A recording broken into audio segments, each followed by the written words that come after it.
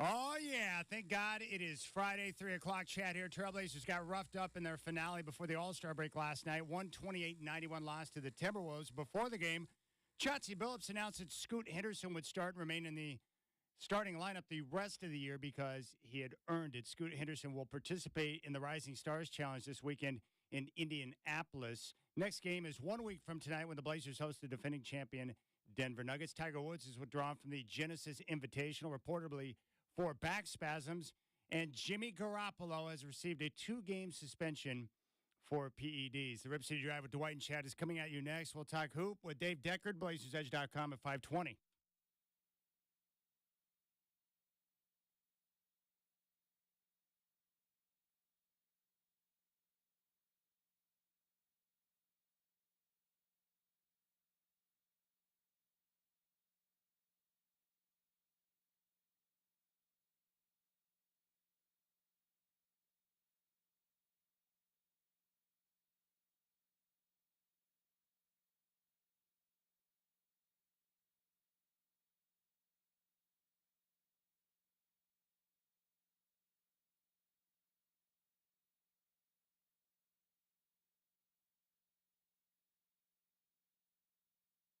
All right, Godfather, if we're being honest, I am a loser and a bum. I was so tired when I got home from the game last night. Yeah. And puppy shots woke me up middle of the night, and I had to sort through those issues. And then I was up awake way too early for about 45 minutes, and I finally fell back asleep. And when I woke up and saw the clock, I was like, you've got to be kidding me. What's happening to me? So I raced out of bed, got ready, and I'm here. And I'm thankful it's Friday because I'm looking forward to this weekend with no Blazer games. No big-time work. It's going to be nice, baby. Good to see you. Yeah, all we have to do is come up with 3 hours of radio with nothing going on all week, right? It's a lean time of the year in sports, but, man, I am a loser. It's like you're a grown man with responsibilities. Get your ass out of bed. Oh, you're entitled to sleep a little bit. Oh, my goodness. I just can't believe how pathetic I am. But here I am and ready for the show. And we're going to have Dave Deckard on to talk a little basketball to kind of reset things before the stretch run. The Blazers have 28 games to play, 15 at home, 13 on the road, and they'll play their next game 1 week from tonight against the defending champion Denver Nuggets. Scoot Henderson will participate in the Rising Stars Challenge this weekend in Indianapolis, so that's pretty cool. I'll tell you what, though. You and I, before the game on Tuesday, we were interested to see what Minnesota was all about. They came into town boasting the best record in the Western Conference, and it's like, okay, we know they're good. We know they have the top defense in the NBA, but do we consider them legitimate contenders in the Western Conference with the teams with the star power and the vets like Denver and the LA Clippers and the Phoenix Suns? And look, I don't know where they stack up against those teams when it comes down to a 7-game playoff series, but I walked away impressed with their length, their size. They do it differently than most of the teams in the NBA with their size and the Twin Towers that they've got with Karl Anthony Towns and Rudy Gobert. But I like their coach. I think Finch does a good job of getting those guys prepared. But they're a team that embraces the defensive mentality. And I thought Chauncey Billups made a good point. And he said something after the game last night that you've been telling me for years, and that's that, at this time of year, when you get right around the All-Star break, you can collect cheap wins because teams are shutting it down, focused on their travel plans for the All-Star break. So he said last night he was just intrigued to see how the Timberwolves, as the number one team in the West, would approach that game. And he goes, they came out ready to roll, and he was impressed with that focus and their desire. You can tell that they're a team that's locked in right now, but I'm impressed with Minnesota. They got star power, they defend, and they have a long, deep roster. It's impressive. Yeah, I think they're legit. Now, will they get to the finals or even the conference finals? That's yet to be determined because of their relative inexperience in the playoffs. But they're good enough to get to the conference finals, I'll tell you that. They can beat anybody in the West on a given night. They already have. They've beaten all these teams already. Yeah. I love their commitment to defense. And, Chad, Anthony Edwards is big time. I mean, really big time. He's going to be a superstar. Now, he's playing in Minnesota, so he's not going to be another LeBron. He's not going to get the kind of media attention that guys get playing in New York. But he's really good at both ends of the floor. You don't want him guarding you, I'll tell you that. No, he's tough. He's really tough. In fact, Chauncey said that after the Tuesday game where, he doesn't get the attention he deserves for the defense that he plays, his willingness to guard and defend and get up in guys' faces. when you see him in person, and I can't remember the last time I saw him up close. I think it might have been the first time, may have been on Tuesday. I was taken back by the size. You don't see it on TV. He's really big, he's really thick and strong, and he's got long arms. And then you watch his game, he can attack off the bounce. Yeah. He can shoot deep from distance, and he's got the mid-range game, and he's also got the fadeaway. He's really a problem. Someone asked me last night, do you think he should get MVP consideration? There's no question. Yeah. He's got the best team in the West, and he's their best player. He definitely should be in the MVP conversation. But when you play in Minnesota, much like Dame in Portland or anywhere else, no one gives a rat's ass about Minnesota. We don't want to go there because it's cold. We don't care about your city. Yeah. And the Timberwolves are not featured on national television. They're not the NBA's darlings. So he's just a victim of the situation. If he played in New York with the Knicks, we would hear about him all the time. It would be nonstop. It'd be incessant. It'd be like, please shut up about Edwards. But he doesn't. He's in Minnesota. They're out of sight, out of mind. That's all. I'll tell you what, when he starts backing you down, you're better off just running for cover. You're not going to stop him. There's just no way. You need backside help. You need something going on to help you because he's a freight train. He's the closest thing to LeBron going to the basket as we've seen. Virtually unstoppable, and he can make shots. No doubt. All right, so we got more basketball. We've got some good news with the Trailblazers. We got news today. We'll tell you what that is coming up at 3:20, and then we're going to play a clip from Chauncey Billups before the game last night in regards to Scoot Henderson. Good news for Scoot. If you're a fan of Scoot, it's good news. If you want to see more of Scoot, it's good news. But most importantly, if you draft a guy number 3 overall in the draft, the things that Chauncey said about him is exactly what you want to hear about that player. It's all good on Scoot Henderson. Yeah. Really good news. I'm very impressed with the progress he's made this season so far. All right, I want to deal with this little issue because you always bring up these little details that really piss me off. I know. Like you mentioned the whole deal last week when you're like, hey, you see what the Diamond Project's doing? Oh, they want to take away a golf course. That's great. So that irritated me. But today, like I was just talking to my buddy Steve a couple of weeks ago, and I'm going down in March to go see Journey and Toto. But I don't care about that. What I care about is that I know what date daylight savings is. March 10th is when we flip over the clocks. We go through a couple of days of getting used to that change, but that is where we usher in the better times. Better weather's around the corner and longer days, which means early mornings and long nights in the summertime, which means better golf. I love it. I really do, and yet there are people so resistant to the clock change. I don't understand the frustration around it. And then you told me that people down in Salem, the smart people that run the state, are into it again. What are they trying to accomplish? What's the latest from those clowns? A subcommittee. When I hear the word subcommittee, my skin crawls. Nothing good comes out of a subcommittee. Yeah, this committee in the Senate, the Oregon State Senate, they voted unanimously. They voted unanimously to have us go full time, not to daylight time, to standard time. All through the summer, they want us to stay on standard time. And how does that make our life better? It doesn't. Everybody in Oregon looks forward to those nice, long evenings, more time with the sun. If we don't do this, you realize in the summer, the sun would start coming up around 4 o'clock in the morning. That's wasted sun. What are you going to do? Get up at 4 o'clock in the morning and go put your sunglasses on? Sit out on the deck? I mean, that's a total waste. Well, the thing is about living out here in the Northwest, and we've been out here for a long time, we have to get through a lot of crappy weather through the winter months.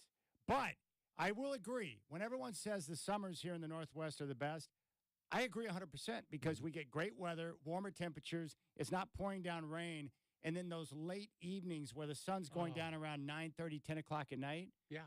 That makes it worth living out here. Why would you want to rob us of that? I'm asleep at 4 a.m. in most situations. I'm not going to get up that early to go play around a golf. It's close, but not quite that early. Yeah. Well, people should know you are a morning golfer. You like playing in the morning. But, you know what, 6 o'clock, 6:30, 7 o'clock, that's early enough for you, right? Okay, but do you think they're talking to their constituents? No. There's no way. I mean, I just put it out on my X today, and about 90% of the people said, no, don't do that. All right. I had thought originally when I was younger that daylight savings times was because of farmers, right?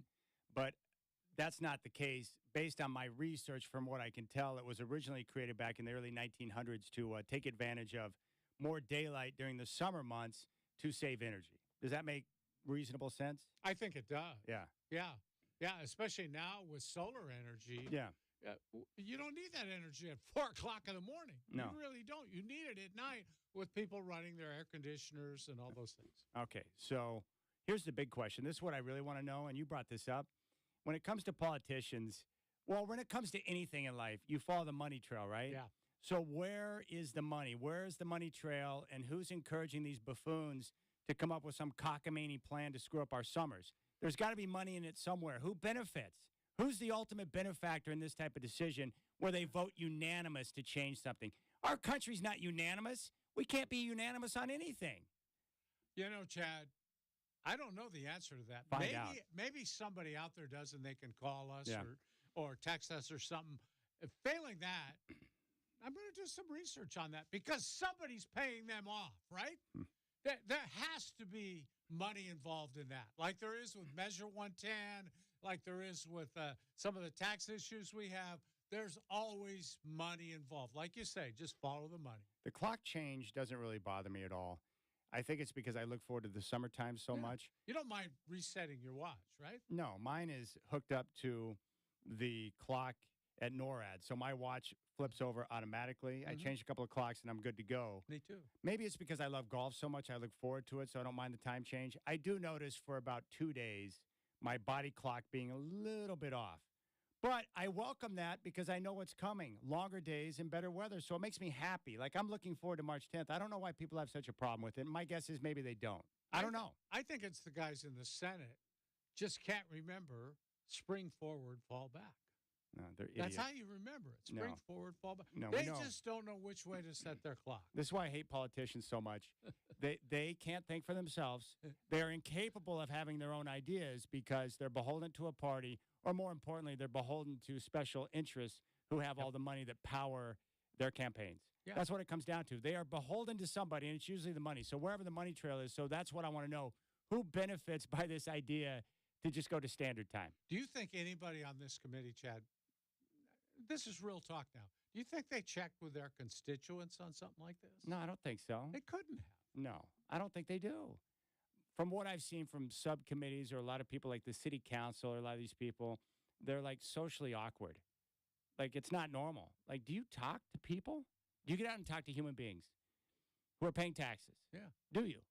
Because the ideas you come up with, I can't imagine that you went to your constituents and they thought, man, that's a great idea. So I don't know. I like the time change. I look forward to it. March 10th this year, by the way.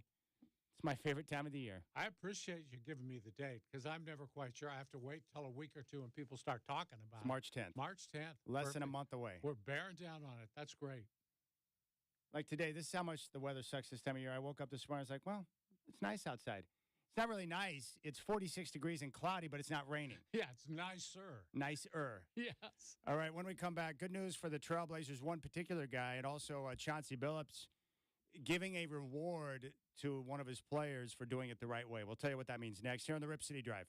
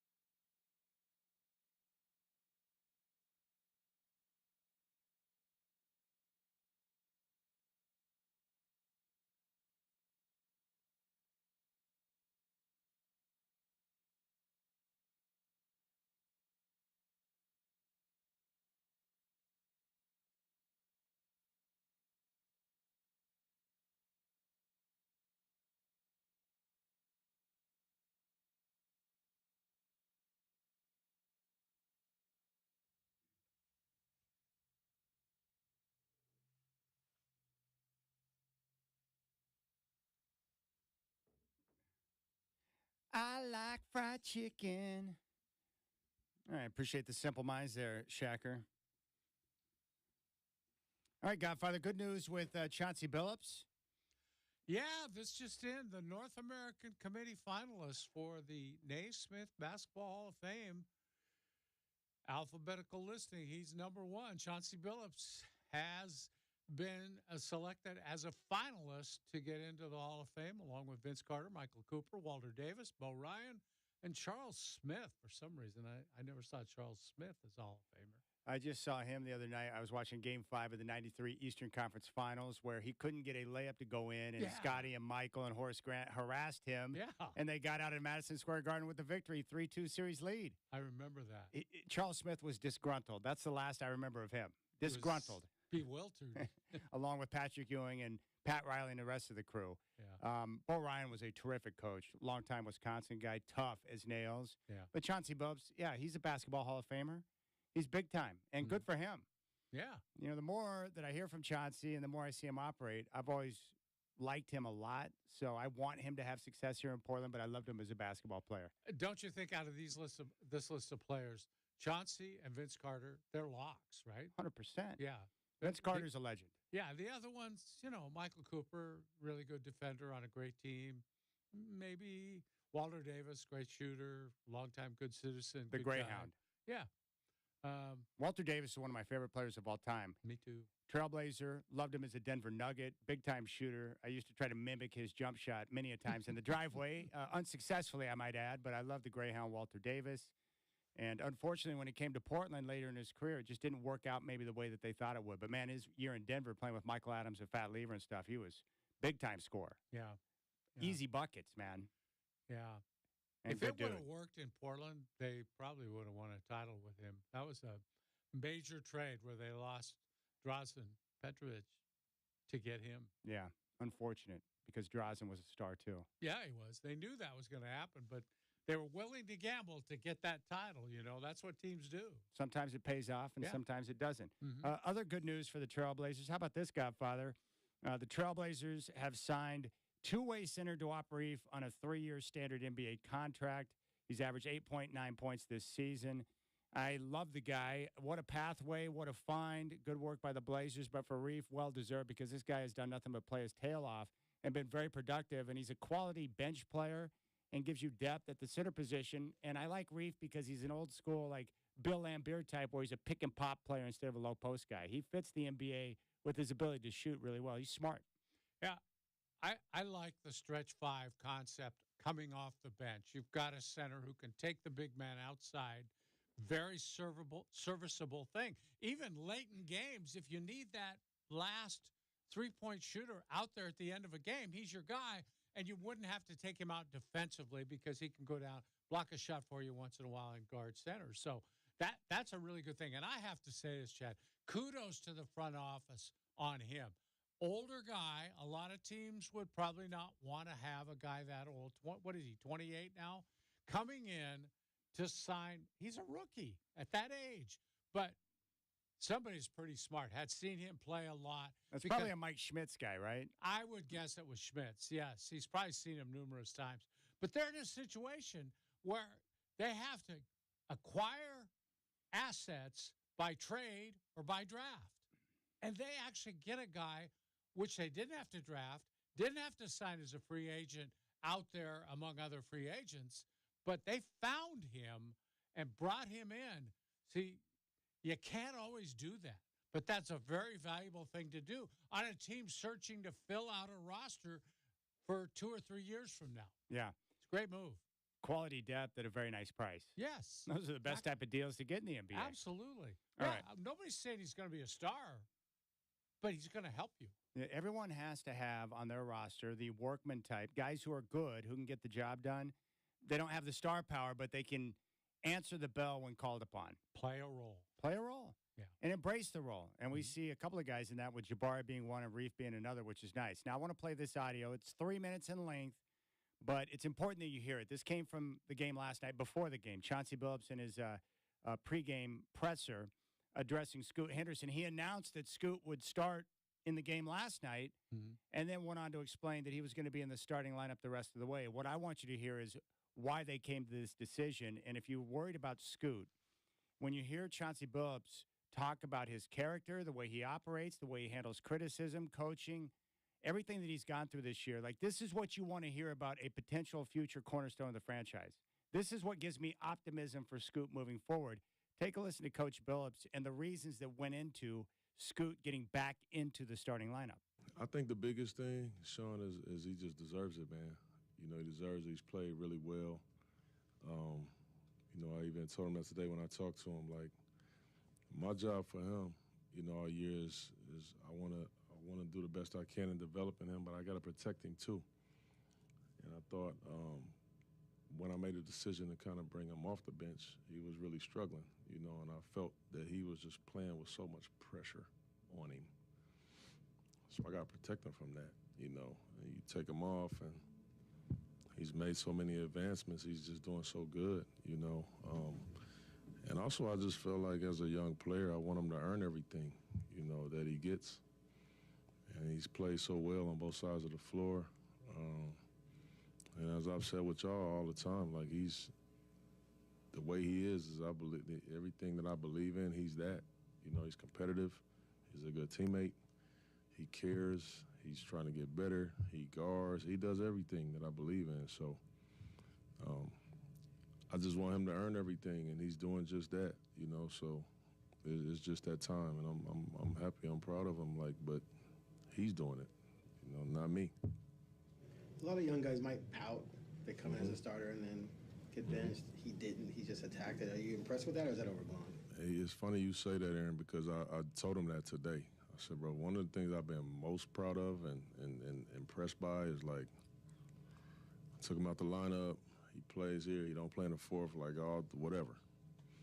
He has never changed how he is with me, with his teammates. He's the first guy jumping off the bench when somebody make a big shot or takes a charge.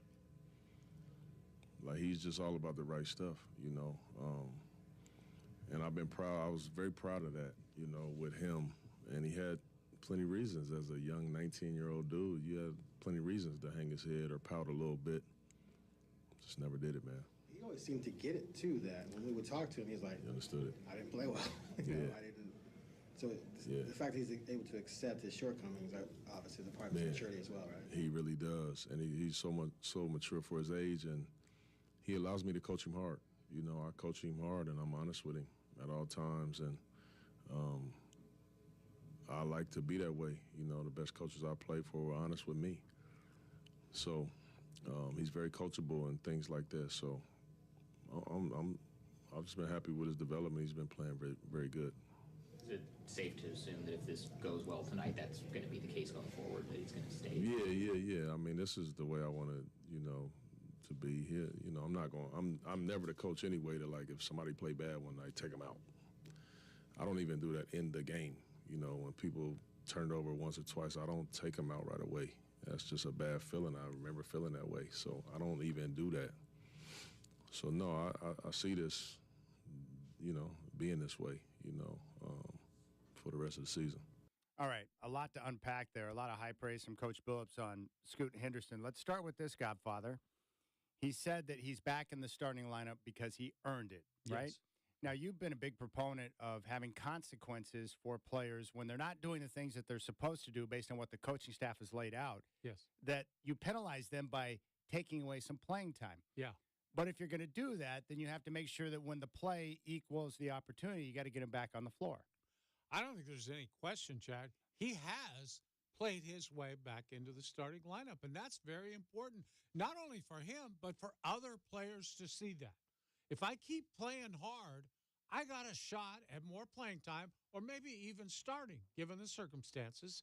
But that's such an example to set for your entire team that you can do that.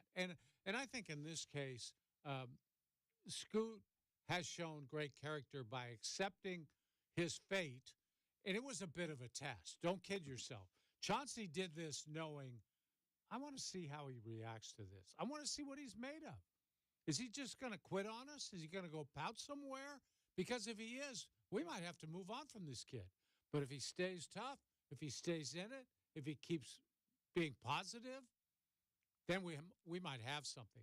And they definitely have something. The way he's played lately gives you at least a hint of how good he is going to be. Yes, that's terrific. The other thing I thought was nice, where Coach reemphasized that regardless of the situation, starting, we pull him out of the starting lineup, he's coming off the bench, we don't play him in the fourth quarter, that his attitude and approach with his teammates and the coaches and his work ethic was the same. Yeah. He didn't change at all based on the circumstances because he accepted his poor play.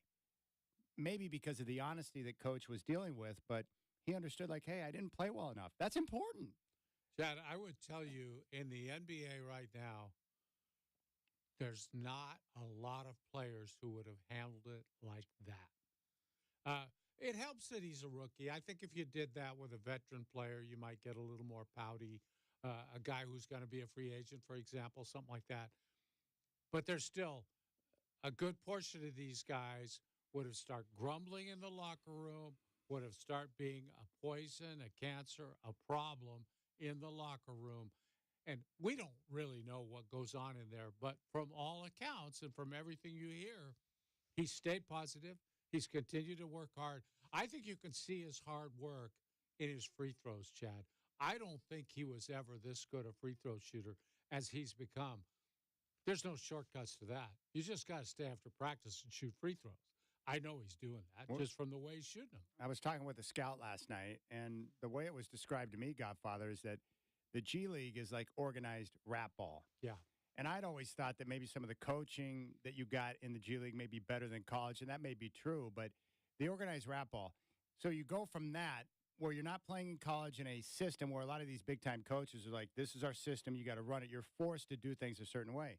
Well, you play in the G League Ignite, where you're out there playing organized rap ball, and you know how that game is. It's geared towards the guards, right? Yeah. So it's easier for Scoot to go out there and make things happen. Then all of a sudden you jump to the NBA and you're put into structure against phenomenal athletes, the best players in the world. I can see now, looking back, why that transition for him to start the year was so difficult.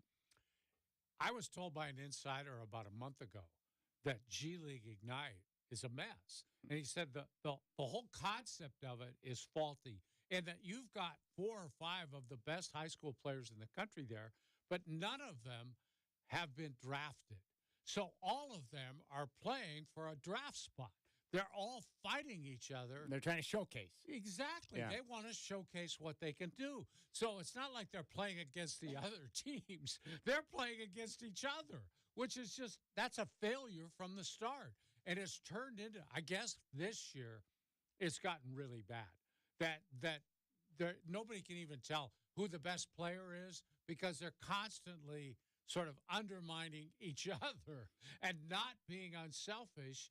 So you really can't tell what's going on with that team. Well, you know what's great? Hearing Billups pour on this praise last night on Scoot, it matches up with what I had been hearing, that his work ethic is beloved inside the organization because he watches film, he spends time with the coaches, he listens to them. He's also very cognizant of the veterans on the team, listening to them and being respectful, which is important when you're a young guy and you're new in the NBA. But then also he's a guy that shows up at the practice facility and puts in a lot of individual time, working on his shot, working on his free throws, working on those little things that you can't accomplish in practice. And now look at the shooting. We're seeing plays now where, like last night, he had a catch and shoot that was really nice. He had a pull-up jumper that was nice. He got in the lane, had a little runner flip shot. You're seeing these things that are a product of his work. So that excites me because if you got that type of talent, natural God-given abilities, which he does, but then you can match that with a good work ethic, these are things that can help you adapt quickly and make adjustments. And that's why I think we're seeing the improvements, because the character and the work ethic is there. And, you know, maybe having a guy like Chauncey who played the same position, maybe it does help because Chauncey can relate to him differently than some other coaches probably would. Yeah, I agree with that. One thing, though, that I'm constantly reminded of, you draft a guy, everybody who's ever coached him or been his teammate is going to tell you, hardworking, good kid. Yeah. You're gonna always, you hear that, every college guy, oh, his college coach just, oh, he was the greatest, wonderful citizen, wonderful guy. You don't really know till they get here. That's when you find out. And he's been, like I say, tested this season, and he came through with flying colors. And That's huge for him.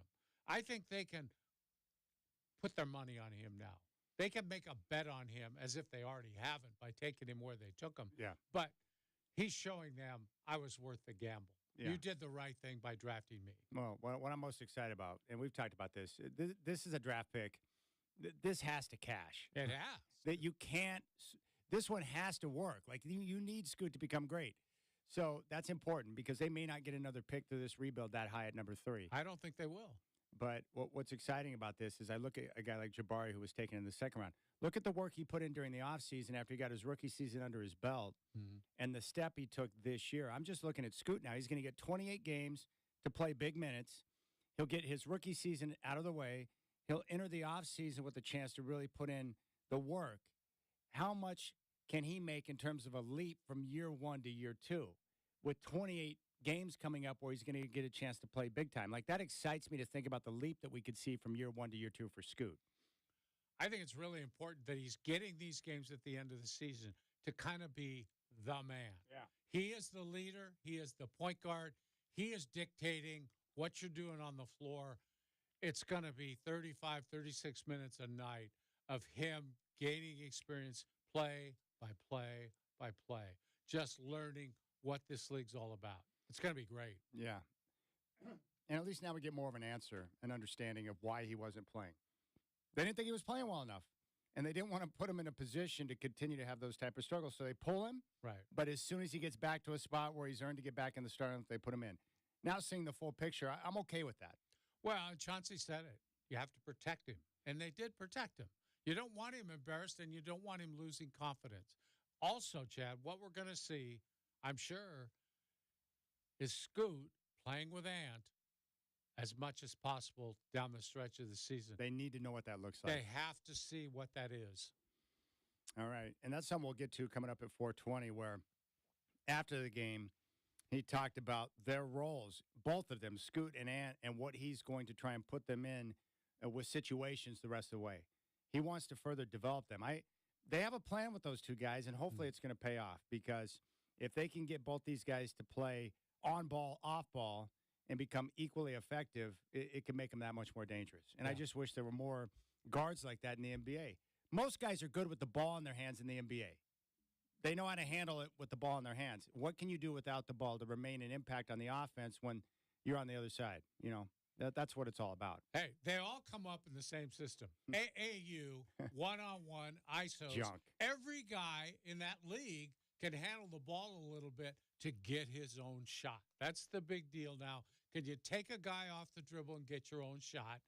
None of them know how to move off the ball or to play within a system concept where they have to move. They have to move the ball, all those things. That's a tough, tough teach in the NBA for a coach like Chauncey Billups, who's trying to make that system work. And if Chauncey Billups says that you're tough, then you must be a pretty tough young. Yeah, because Billups was tough. No, his standards are a little higher than yours and mine. If you get punched in the face, he doesn't want to see you go down to the floor. That's true. Drew Eubanks is tough, too, by the way. That's what I hear. If Isaiah Stewart were to punch me, I might flinch. I might. You might bleed. I might die. Yeah. All right, we'll come back, and when we do, 5 more years of Rob Manfred, unfortunately. The baseball commissioner is a complete buffoon. He's disgusting. Dumb. Who's worse, him or Silver? Oh, no, he's worse. Really? Oh, Silver, at least, I think, has the game's best interest at heart most of the time. So what you're saying is Silver knows there's a difference between the Brooklyn Nets and the New York Knicks. Yeah, he might. Yeah. Okay, we'll explain what that means next. Dave Decker will stop by at 5:20. It's Rip City Drive with Dwight and Chad.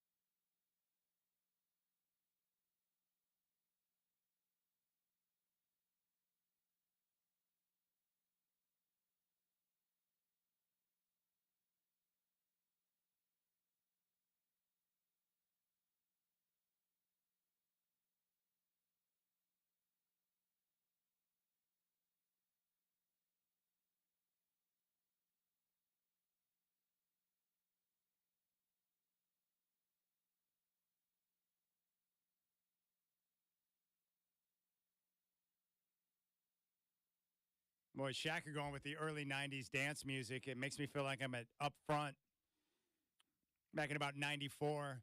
Stay there until about 2 in the morning and hit Sherry's out in Delta Park on the way home for the Sherry Scramble. It's funny how often food comes into your memories of the old days.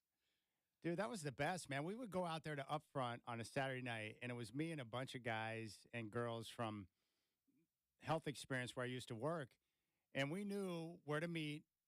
It got to the point where it was not even a discussion. It's like, we'll see it up front, and we'd go down there, and for like 4 or 5 hours just dance and hang out, and then everyone would go to Delta Park Sherry's, and we'd have like 3 or 4 tables taken up, and we'd be there until like 4:35 in the morning. Whoa. It was awesome, man. How old were you then? 19. Wow. It was like that tweener age where you can't go out, but you can go out. Yeah. No, you can't get in a lot of places you'd like to go, probably. I had this fake ID once that I thought was going to work, and it worked once, and then I went to this other place in downtown. The guy's like, what's your sign? And I didn't know the answer, and he's like, yeah, this is not you. That's an interesting question to verify a birth date. My brother Corey was genius because his brother was older, and they looked similar. He just took his birth certificate and information and went to the DMV and got – Really? Yeah, he did.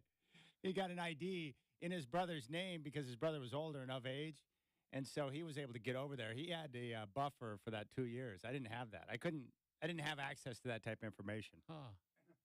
You know, all the scandalous things. Dude, we need fake ID. Yeah, okay. Yeah. I paid like $20 for that fake ID, and it worked once, man. I feel like I got gypped on that deal. So up front was the spot.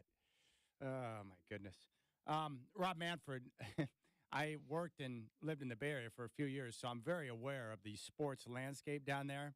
I'm just surprised that the commissioner of Major League Baseball has no clue of what he's talking about. What's the latest with this moron? Well, he was interviewed, at his... Or should I say the lawyer? He's a lawyer. Yeah, he is. Idiot. Yeah, he had the news conference to announce that he's, retiring about 100 years from now. But somebody asked him afterwards about the A's and maybe a return to Oakland. Yeah. And I think he was a little offended by the question. And it's a short quote, but it reveals so much about the commissioner of baseball. Here's what he said. First of all, we do have a major league team in the Bay Area. It's not like there's not an available option. The Giants obviously still play there. Yeah. What does that have to do with the Oakland A's? Seriously. Absolutely nothing. Exactly. Different leagues, different fan base. And oh, by the way, they don't have much love for each other, right, Chad? Oh, it's so true. You learn this real quick when you get down there. The city is the city. East Bay is East Bay. They do not want to be lumped together. They don't consider themselves the same thing. And the people that grew up and were born in East Bay, it's like a birthright. Like if you talk to Dame, he was born in Oakland, he will never, ever say he's from San Francisco. There's one bridge that separates the two cities. He does not identify with San Francisco because he's from East Bay. Yeah, he even says Brookfield a lot. Yes, the specific. area in Oakland where he was from. People are very specific, and when you lump in A's and Giants fans, that's a good way to cause a fight. Those are fighting words right there. People are like, look, screw you, man. It's not the same thing. A's and Giants are not the same thing. Raiders and 49ers, not the same thing. The only team that unites both sides is the Warriors. That's it. Yeah. That's the only common bond between city and East Bay. That's it. Well, it's that way in all sports and all cities, and he should know that by now. It's like, are you telling me that if the Mets left New York, all those Mets fans would come streaming in to watch the Yankees? Oh, my God. You can't be that stupid to think that. It's the same thing. Jets and Giants? Come on now. Yeah. What's weird is that the Giants and A's and the Yankees and Mets, it's the only two cities where it's like this. The Yankees and Giants are very dominant in their cities, right? If you go to every zip code in the city and in the East Bay, there's more Giants fans per capita than there are A's fans. I agree. Same thing in New York. If you go to all the zip codes, there's more Yankee fans than Met fans. That shows you the dominance of those two brands. But still, there is clear differentiation between the two teams. And to lump those fan bases into the same group is completely moronic by the commissioner. He should know better because when he says things like that, he's only going to enrage people in those areas. Yeah. Yeah, and it just reflects a lack of knowledge of the fans who are his constituents in a way. Exactly. Yeah, there aren't A's fans who sit around rooting for the Giants. Yeah. There aren't A's fans who invest themselves into the Giants if they're in the World Series and the A's aren't. They don't give an F. In fact, they'll root against them because Oh, yeah. they hate them, but they're not putting time into the Giants because the A's are out of it and vice versa. The Giants fans are not going to go to A's games and pull for them in a World Series. Yeah. Mets fans aren't doing that for the Yankees and vice versa either. It's nonsense. Yeah, it's like, well, Dad, the A's are gone. Let's go see the Giants play. No. It's no, just like son. these Pac-12 players who are like, oh, you go to Washington, you go to Oregon. I remember I've heard guys say this over the course of time where it's like, oh, you should pull for Washington in the title game because it's good for the conference. Selling that to a Duck fan is nonsense. Yeah. Just like Washington fans are not going to pull for the Ducks. You got to understand the fan base and the bitterness and the hatred that is there before you speak on such matters because you come off sounding crazy. And those rivalries are good for the game. 100%. In fact, a lot of people say now that's missing in a lot of sports right now, those old-fashioned rivalries. Well, we see it in the NBA. That's why it's important to have a team in Seattle because that Northwest I-5 rivalry was huge. Go to a Winterhawks game when they're playing the Seattle Thunderbirds. Those are the best games to go to. Absolutely. Because you know there's going to be fights. They don't like each other, and it's been like that for years. The Bay Bridge Series is a good rivalry because you have two fan bases that hate each other, and it creates for some good baseball. That's why I'm still mind blown when that World Series took place back in '89. That was amazing to get a Bay Bridge World Series. We need rivalries in sports. It's great for the game. Such a big series that created an earthquake, Chad. It did.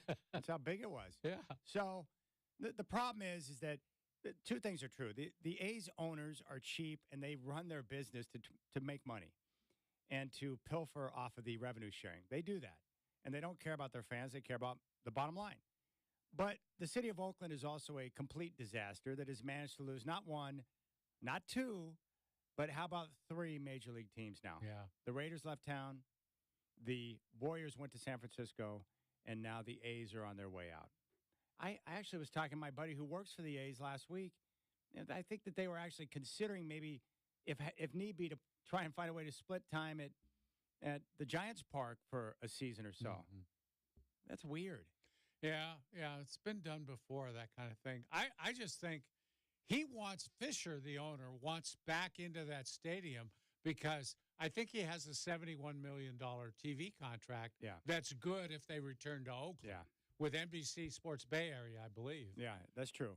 That's the problem is if they move, they're not going to be able to get the TV viewers that they need. Yeah. And they're going to displace even more of their fans, which is a problem.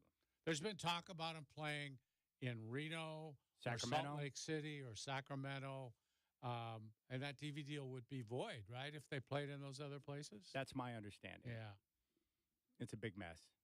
It's a big mess. He's gotten himself in way too deep. There's even, everybody says, I don't know if it's true or not, the word is when he went to the legislature in Nevada and asked for that stipend for the ballpark, he used fake artist renderings of what that was going to look like because there isn't enough room there to really build that thing the way it was drawn.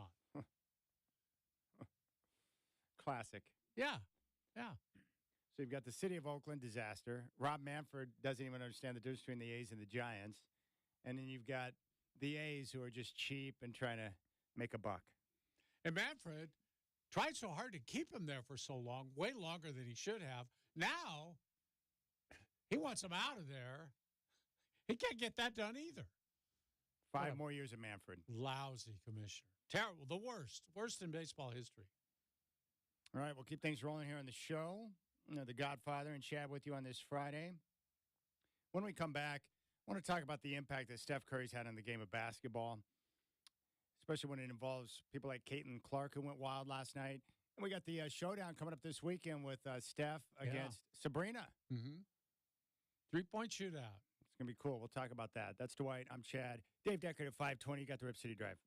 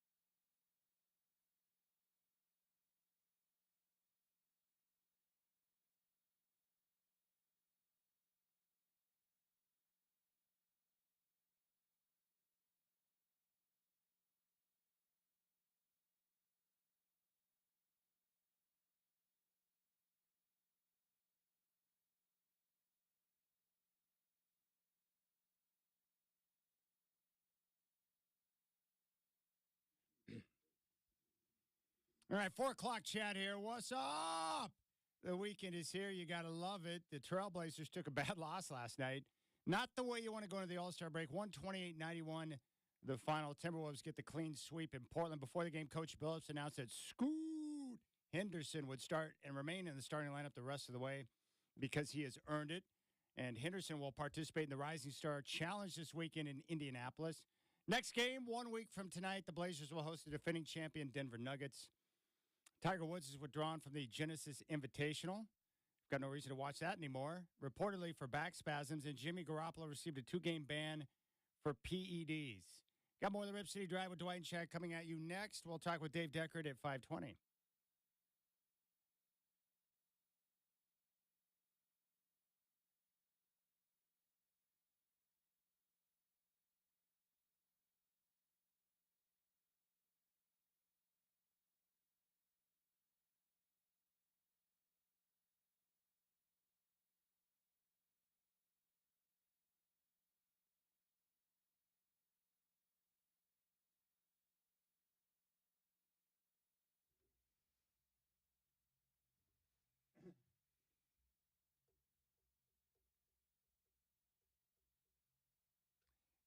I used to always think this song was about some type of crazy lady or something. But when I interviewed John Oates, he told me that it was basically about Wall Street.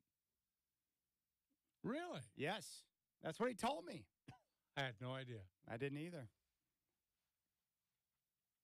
Also, Sean and Sandy is diagnosing me again on air, and I love this. He now thinks that he was correct about my nutrition being off because I overslept today. Look, I didn't oversleep because my nutrition's off. I overslept because I worked until 1 o'clock in the morning last night, and then my stupid wiener dog woke me up middle of the night, and I was awake for 45 minutes before I went back to sleep. I've just had a long run of weird hours. I don't have a normal schedule. Some days are normal. Some days I work until late. The Blazer season always has its wear and tear on me, but my nutrition is spot on. And I feel good today, by the way. That extra sleep, I'm actually glad that I got it. I was a little panicked when I awoke, but now I'm like, yeah, that was good.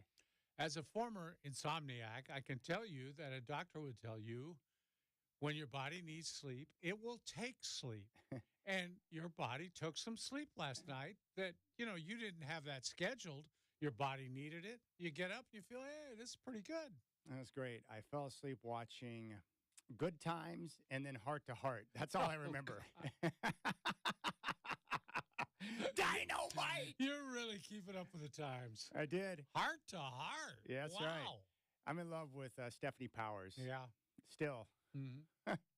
She was dynamite back in the day. Those were the two shows. So there you go. That's what I was watching last night. I turn on the old school. I think that's Get TV. I put on the timer, and then I get situated, and then I watch a little bit, and then it didn't take long last night to just fall off into Never Never Land. But that's how that went down. That's how that went down. I love the old shows, Godfather. I love them. I know you do. Perry Mason's good. Good Times is kind of funny. I do watch a little bit of Sanford and Son. How about Burns and Allen? George Burns and Gracie Allen. You ever watch that? That's on TV on one of the channels. I think that one's on. Yeah, Me TV. Yeah. He was great. He was. I don't recognize him in that show right away because I'm like, wait, he's got the cigar, but he's so young. And I'm like, oh, that's George Burns. Mm-hmm. So that's terrific. Alfred Hitchcock and his old shows are amazing. Twilight Zone, amazing. I like all those old programs. Yeah. It reminds me of a gentler time in my life. I was watching A-Team the other day, and I was like, oh, yeah, I remember how ridiculous it was. Machine guns going off everywhere, and no one ever got hit. It's amazing to me. The shows back then. Knight Rider. A-Team. A-Team. That's right. George Papard. Remember that? Yeah, of course. Yeah, B.A. Baracus, Mr. T. Mr. T was, in my, that was when I was in like 7, 8 years old. Like Mr. T was a mythical figure because A-Team and Rocky III, and so he had achieved a certain level of status in my mind. First WrestleMania, too. He was in that. He was with Hulk, right? Roddy Piper. Yeah. Yeah. Roddy used to tell me stories. Yeah, we were supposed to carry him around for 3 rounds. I pity the fool. He was blown up in the second round. We had to just end it right there. He was done. I still want to put on all the gold chains that he puts on and know what that feels like. I have a feeling that it's a lot heavier than what you think it might be. Yeah. But to carry on a certain character the way he does, like if he leaves the house, he's Mr. T, you got to be wearing the chains. That's a lot of gold chains right there, Godfather. A lot of bling right there. Yeah. That's got to weigh heavy on the neck. Probably wasn't real gold, though, so it probably didn't weigh as much. Yeah, but I remember all those shows. Mr. T. So 18 was big. I love that. Airwolf with the special helicopter was amazing. Rockford Files. Rockford Files was terrific. My mom watched Heart to Heart. That's why I fell in love with Stephanie Powers at a young age. Yeah, I love all those old shows. They're the best. The Cosby Show was big back in the day. Mm-hmm. Yep, I'm down with all those. Check, check, and check. And Perry Mason was before my time, but the black and white shows, those are high quality right there. Yeah, they are. I was watching My Three Sons the other night. That was a pretty good show. Forgot about that one. Fred McMurray. Good theme song to that one, too. I watched American Bandstand every Saturday morning, too. Sure, we all did. Yeah. I fell in love with Deborah Harry because of that show. Really? When Blondie was on there, I was like, whoa, she is smoking hot. That was way back in the day because I'd watch Saturday morning cartoons at Grandma's house, and then after the Saturday morning cartoons, American Bandstand would come on. And then have all the big acts. I didn't realize it at the time, but you look back now and you watch the videos, it's like they're lip syncing. That's all piped in. Yeah. That's nonsense. What about Soul Train? Did you watch that? Yeah, Soul Train and then Yeah. Solid Gold.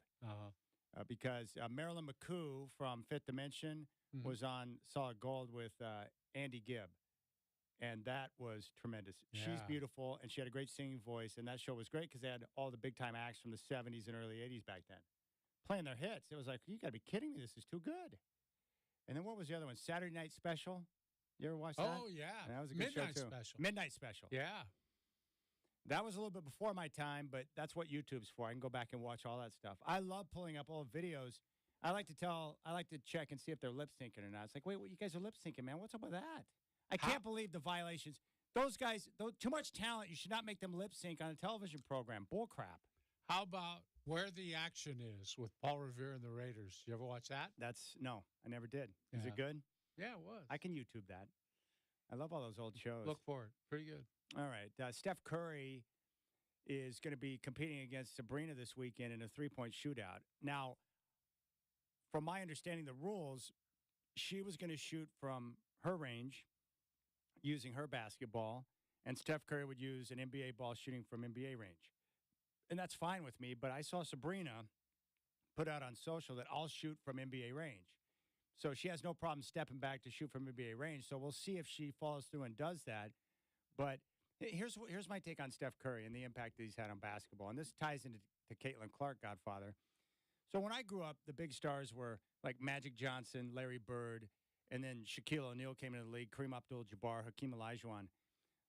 All these guys were great, right? But they were all gigantic athletes with incredible bodies that even if I wanted to try and imitate Michael when I was out on my driveway, it's impossible because I can't fly through the air like he can. And I'm not 7 foot plus like Shaquille with that type of size. But I think Steph Curry, when he came along, undersized, he became a tremendous shooter, maybe the best of all time, and shooting the three at a smaller size, and he looks normal, unlike these super athletes that we see who are 7 feet or 6'9", like Karl Malone, and shredded. I think people can see Steph, and they're like, hey, I can relate to him to some level. And now you've seen these younger players now start to step their range back and start shooting these threes, and it's spilled over into the women's game where I think they see Steph, and they're like, I can try that. So Caitlin Clark has got impressive range. Yeah. Sabrina's the same type of way. And so I'm anxious to see Sabrina step up and compete against Steph. Because I think Steph will take it seriously and be like, okay, it's on. I'm going to give you my best. And then we'll see what Sabrina can do because she's a heck of a shooter as well. Yeah. Yeah. She is very streaky. She was in college a little bit. But if he catches her on the wrong night, look out. Where she gets hot, yeah. Oh, man. She can drain 15 in a row. She did last year in their three-point contest. She was uncanny.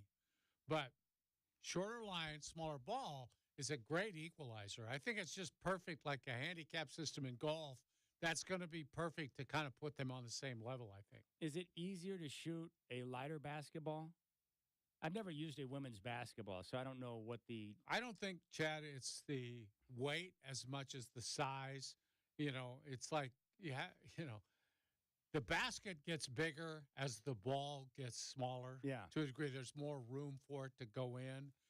I do think if she has to use an NBA ball, that will feel heavier to her, particularly from further out away from she's the not basket. using an NBA ball. Yeah. I don't think that would be fair to have her play with one basketball all the time and then shift over in a contest to shoot an NBA ball. It'd be weird for Steph to grab a women's basketball and shoot with it because he's not used to that, right? Yeah. My guess is with great shooters with the muscle memory, even if you give Steph a lighter ball, he'd probably figure it out pretty quick. Yeah. I don't know. He'd hit our garbage can from about 15 feet with a wad of paper. But I think Steph Curry's impact on the game is much bigger than what we even realize. With his size and his shooting ability and the impact he's had on other players, young kids who are now older and playing basketball, I think it's a tremendous impact. Yeah, it's funny because kids are shooting the ball further and further and further out. I talk to coaches sometimes who kind of regret that to a degree because, when you shoot from that far out, you better make it. And there's a lot of kids that, for whatever reason, like to shoot them but don't necessarily make them. Yeah. Well, it's funny. I was listening to that Larry Bird interview that Barstool had put up. It's like 48 minutes long. I listened to the whole thing. And what struck me about Bird and what he said in that video when it came to shooting, because he was asked about being the guy to take the final shot. And he's like, look, I put in a lot of practice time. And he goes, over the course of the season, I legitimately shoot probably 200 to 300,000 more shots than the other guys on the team. So he goes, I should be the one to take that shot because I've prepared for it. He goes, I've shot it so many times in practice that when I get into that spot on the floor, it's just muscle memory. Think about that. He's like, yeah, I should take it. I put up more shots than everybody else. Yeah. He was very matter of fact, not like saying, hey, I'm the man. It's like, no, my practice habits dictate that I should be the one to take that shot because chances are I'm going to make it more so than somebody else who's not taken as many shots as I have and gone through the great lengths. And I think that's where young kids probably miss out on when it comes to the grades. The amount of work that they put into their game, the amount of shots that they put up, the tireless work that they just go round the clock on to continue to perfect their craft is ridiculous. That's what I say about Scoot, the amount of time he spent with his shot this year to see such, I think, rapid improvement. It usually takes a full year to get better with your three-point shot or even your free throws. Took Karl Malone a long time to transfer from being a bad foul shooter to being a good legit. one. Yeah. And he needed that because year after year, he was right up there, top one or two of, free throw shots throughout the course of the season because he was on the foul line all the time. You had to foul him. You had to foul him because he was too tough. Think about how hard that is, like in a golf swing. Like when your instructor has you tweak just one little element of your golf swing and how hard it is to make that adjustment. Same thing with the jump shot when you're used to one thing to make one little change and have that become automatic. That takes work. Does your golf pro tell you the same thing mine does? You got to swing every day. You got to just figure out a way, inside or outside, but you really have to work on it every day. You have to have it in your hands all the time. It's nonstop. I might as well just carry around a golf club with me at all times. Some guys have their toothpicks. Some guys have this or that. I should just walk around with a club in my hand all the times. So it just feels natural, like a part of my body. Another great show from the 80s, Magnum P.I. Yeah. I watched an episode of this the other night. Magnum had to land a plane. The plane he was up in, the pilot had taken a bullet and passed out, so Magnum had to land the plane. Of course he did. Have you seen the new version of it? They have a remake. I have not even watched it. Yeah, it's like, why do I want to watch the remake without Tom Selleck? What are you doing to me right now? Yeah, no interest. All right, when we come back, we're going to take a look at the plan moving forward with Scoot and with Ant. We know that Scoot's going to start the rest of the way, but what is Billups going to put them in? What situations to try and develop them? We'll talk about that next year on the Rip City Drive.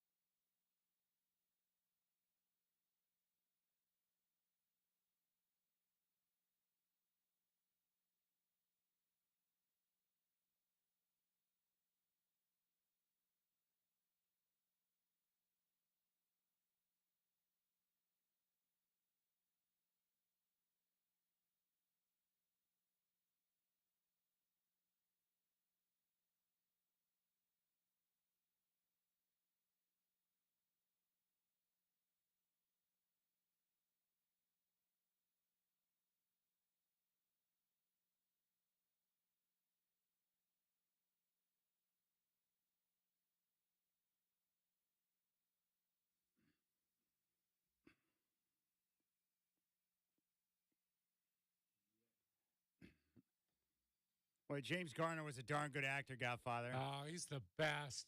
Big sports guy, too. Used to be on the sidelines at the Raider games all the time. I like the big belt buckles he'd wear in Rockford Files, too. He's a cool cat. Lived in that old broken down trailer on the beach. That was cool.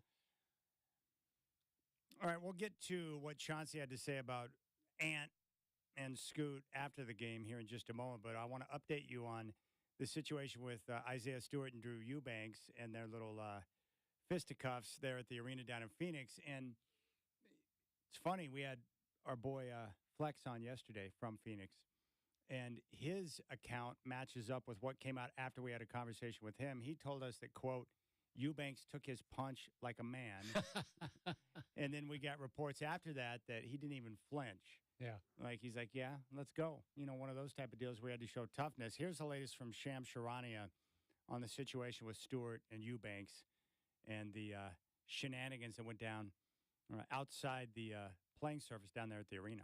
So last night, Isaiah Stewart was arrested for assault. He was released. They gave the police, Phoenix police, gave him a citation. The NBA itself has also launched an official review of the incident, and they've gotten security footage. And that multiple people with direct knowledge of the situation told me that this is what took place. This is what that footage will show. Isaiah Stewart, Drew Eubanks were in the back hallways pregame, exchanged some words.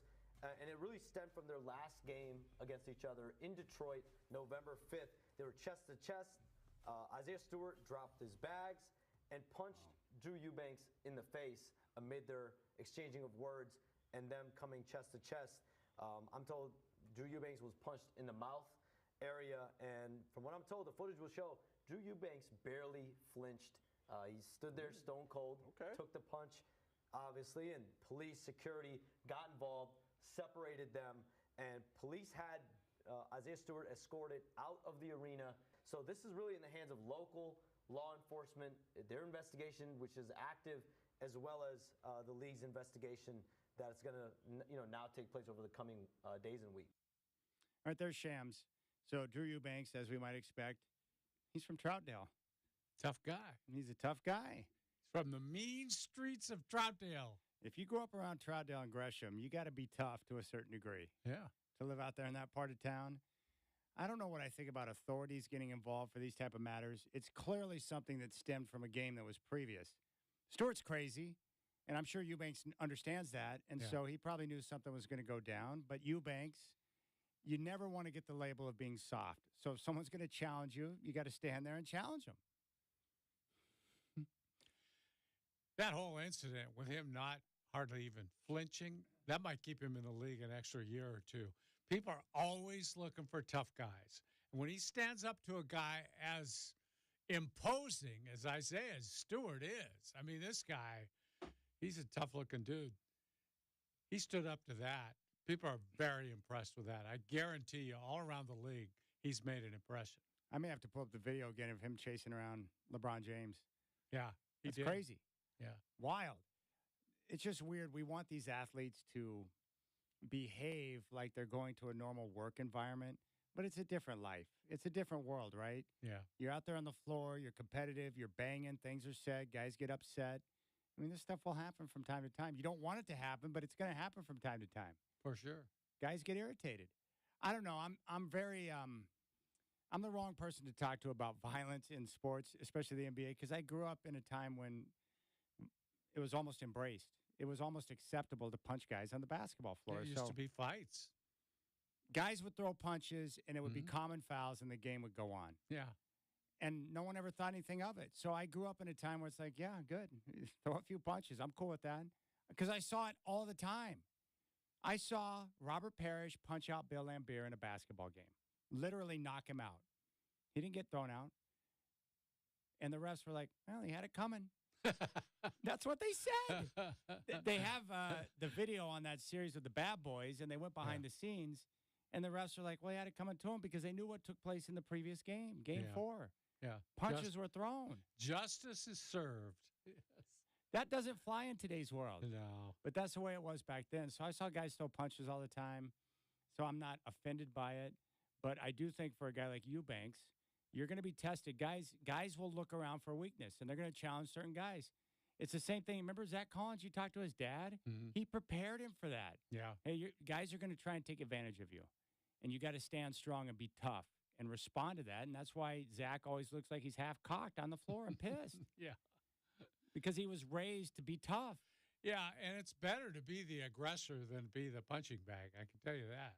You don't want to just stand there and wait to get your lights knocked out. You Yeah. need to be able to stand toe to toe and be tough.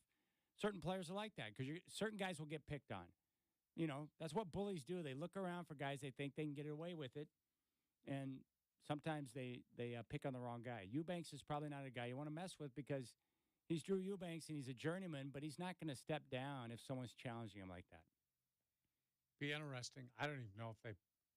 Well, I want to see the video. Dang it! yeah. I don't think they play again. In fact, I'm pretty sure that was it. They don't play again. No, because they're only East and West. So They Right. only play twice in the year. Yeah. That's too bad. We need more of that. Yes. Can't Well- they feature those two guys in the All-Star Weekend? I'd sit down and watch that. Yeah. Little one-on-one action between Stewart and Eubanks. They could have odds for how long until a punch is thrown. You know, it was really that's the way it was back then. I saw guys take cheap shots, punches, a lot of crazy stuff going on in the NBA when I grew up watching it. I saw Karl Malone try to kill Isaiah Thomas on the basketball floor because he was mad at him. Yeah. Elbowed him to the face. Violent act. And it was like, oh, well. Yeah. Crazy. Yeah. When you did that in the old days, there was a price to be paid. Yeah. And that's why, yeah. Yeah, you can't have it's dangerous because when players are policing their own, some guy's going to step over the line. Well, hockey's our last holdout, really, where they let players just settle it right there, drop the gloves and go. Yeah. And if NBA players were carrying sticks on the basketball court, you'd probably need to let them throw punches occasionally too. Or at least hit a guy with a stick once in a while. Yeah, it's like, hey, either I get to throw punches at him or I'm going to carve up Isaiah Stewart's face. Come on, man. All right. The penalty box is hilarious. I just think it's funny that you get in a fight, but you know where you're going after that. Mm-hmm. Go into the penalty box, sit there for 3 minutes and think about what you did. Yeah. Go to the sin bin. The sin bin. Yeah. All right, take a listen to this. We played the audio earlier of Chauncey Billups talking about the decisions as to why Scoot Henderson is back in the starting lineup and is going to remain there for the rest of the year because he's earned it primarily, but also his attitude and the way he dealt with the whole process throughout the course of the season up to this point. Well, now that you're going to have Ant and Scoot on the floor, the question is, what are you looking to get out of that, and what do you want to accomplish with that? Take a listen to what Billups had to say. He was asking about Ant's frustration, struggling against Minnesota because they're a good defensive team. And you could see last night, Ant was visibly pissed. He actually went after an official early in the game, thought there should have been a call, didn't get it, and Ant tried to get a tech, and he did. Yeah, very frustrating. I was happy for him. How often do you see Ant show emotion, but he did? He turned and was like visibly yelling at the official. Part of that is him probably trying to make a statement like, hey, I'm a legit player. Right. It might be nice to get a call occasionally. Yep. And the other part is just frustration because Minnesota, they're tough and they got length and not a lot of space to operate with. Here's Coach Billups talking about Ant. Yeah, they've been a pretty tough team for Ant to play against. With their size and their physicality, they've made it pretty tough for Ant. I can remember the game that we played there. He had a rough game that game too. But I think with Ant, he needs space out there. And when you got all these guys and they don't allow him that, I think a part of his next step is we know that Ant is a really good pick and roll player. He's one of the best shot makers when he gets going. I think his next step to make him tough and really hard to guard is being able to do it off the ball. Being able to be off the ball, be a good screen setter, boom, or slip out, or just keep guys thinking, and that's going to be his next step if he wants to become a dude that is like impossible to guard. You got to be really good on the ball and then off the ball too, because he has the ability to do it. Be really good in DHOs. Be really good if we run them off double screens, being able to catch it in attack. So I'll be trying to do quite a bit of that in the second part of the season, just to trying to develop that, see if we can get better there. All right, there's Coach Billups expressing the importance of being able to play off ball. Yeah. Very important for shooters, Chad. You see it with Steph Curry all the time. He gets so many catch and shoots now because of the way he moves. I saw it when I first started covering the league with Jim Paxson. Tremendous off the ball guy. They would run single doubles, they'd run doubles, all kinds of things. He would be in constant motion, catch and shoot. And it is such a weapon if you have a player who will do that, who will run and who knows how to use the screens. It would be a great thing for Ant to learn because when he catches and shoots, he's a dynamite guy. Do you like the idea of having both Scoot and Ant in a position where they're forced to work off ball? Is that a good idea? Yeah, I do, Chad, because it's a throwback to the old days where you didn't have a point guard, you didn't have an off guard. You had two guards. And both of those guards initiated offense and then played off the ball where they had a chance to score a little more. When they were on the ball, they were setup guys, but both of them got a chance to get their points. And I think this is perfect for these two because their skill set's a little different. And you take advantage of the playmaking of Scoot, and then you take advantage of the things that Ant can do, which is initiate offense, but also score. Why is it so hard for guys to learn how to play off ball? Well, why are they resistant to it? What's going on there? Is it because it requires so much energy, or what's up? Well, part of it's energy, but part of it is they've never been taught to do that. They get all the way to the NBA, and nobody's ever taught them about playing off the ball. AAU, high school, everything. If you're a scorer, you have the ball in your hands all the time. No matter what position you play, they throw you the ball and you just do something. That's the way it is. You watch AAU ball, and there's hardly even any pick and rolls or anything. It's just five guys on the perimeter, pass it to somebody, and they try to go to the basket or they shoot. And it's just, I think it's really a foreign concept for a lot of players, and they don't have the instinct about that the other players who are more used in strict offensive systems, they had that instinct. They knew how to play off screens. They knew those things. These guys today, it's a hard lesson for them. Well, you brought up an example yesterday, the Pistons with Joe Dumars and Isaiah Thomas. Well, I went back and watched a couple of old Piston games last night. One of those in the finals against the Blazers back in 90. Well, what was fascinating, there were times where Dumars would bring the ball up, initiate offense, and Isaiah was running off screens trying to get open for a shot. Yeah. But then there were times where Daly would put Vinnie Johnson on the floor with a three-guard lineup, and they would all three take turns initiating offense, and when they weren't on ball, they were all moving without the ball, trying to get in a spot where they could get open for their shots. Yeah, Dumars was only 6'3", and Vinny was smaller than that. And Isaiah, he wasn't a big fella. He was small and a little bit kind of almost frail looking. He was thinner than those guys, not as thick. Isaiah was a tremendous on-ball point guard because his handle is legendary, but he could move without the basketball. Yeah. So the way I look at it, you're right. It would be nice if you get Scoot and Ant in a situation where, regardless of who's got the ball in their hands, they both can be equally effective based on the play that's called. Yeah.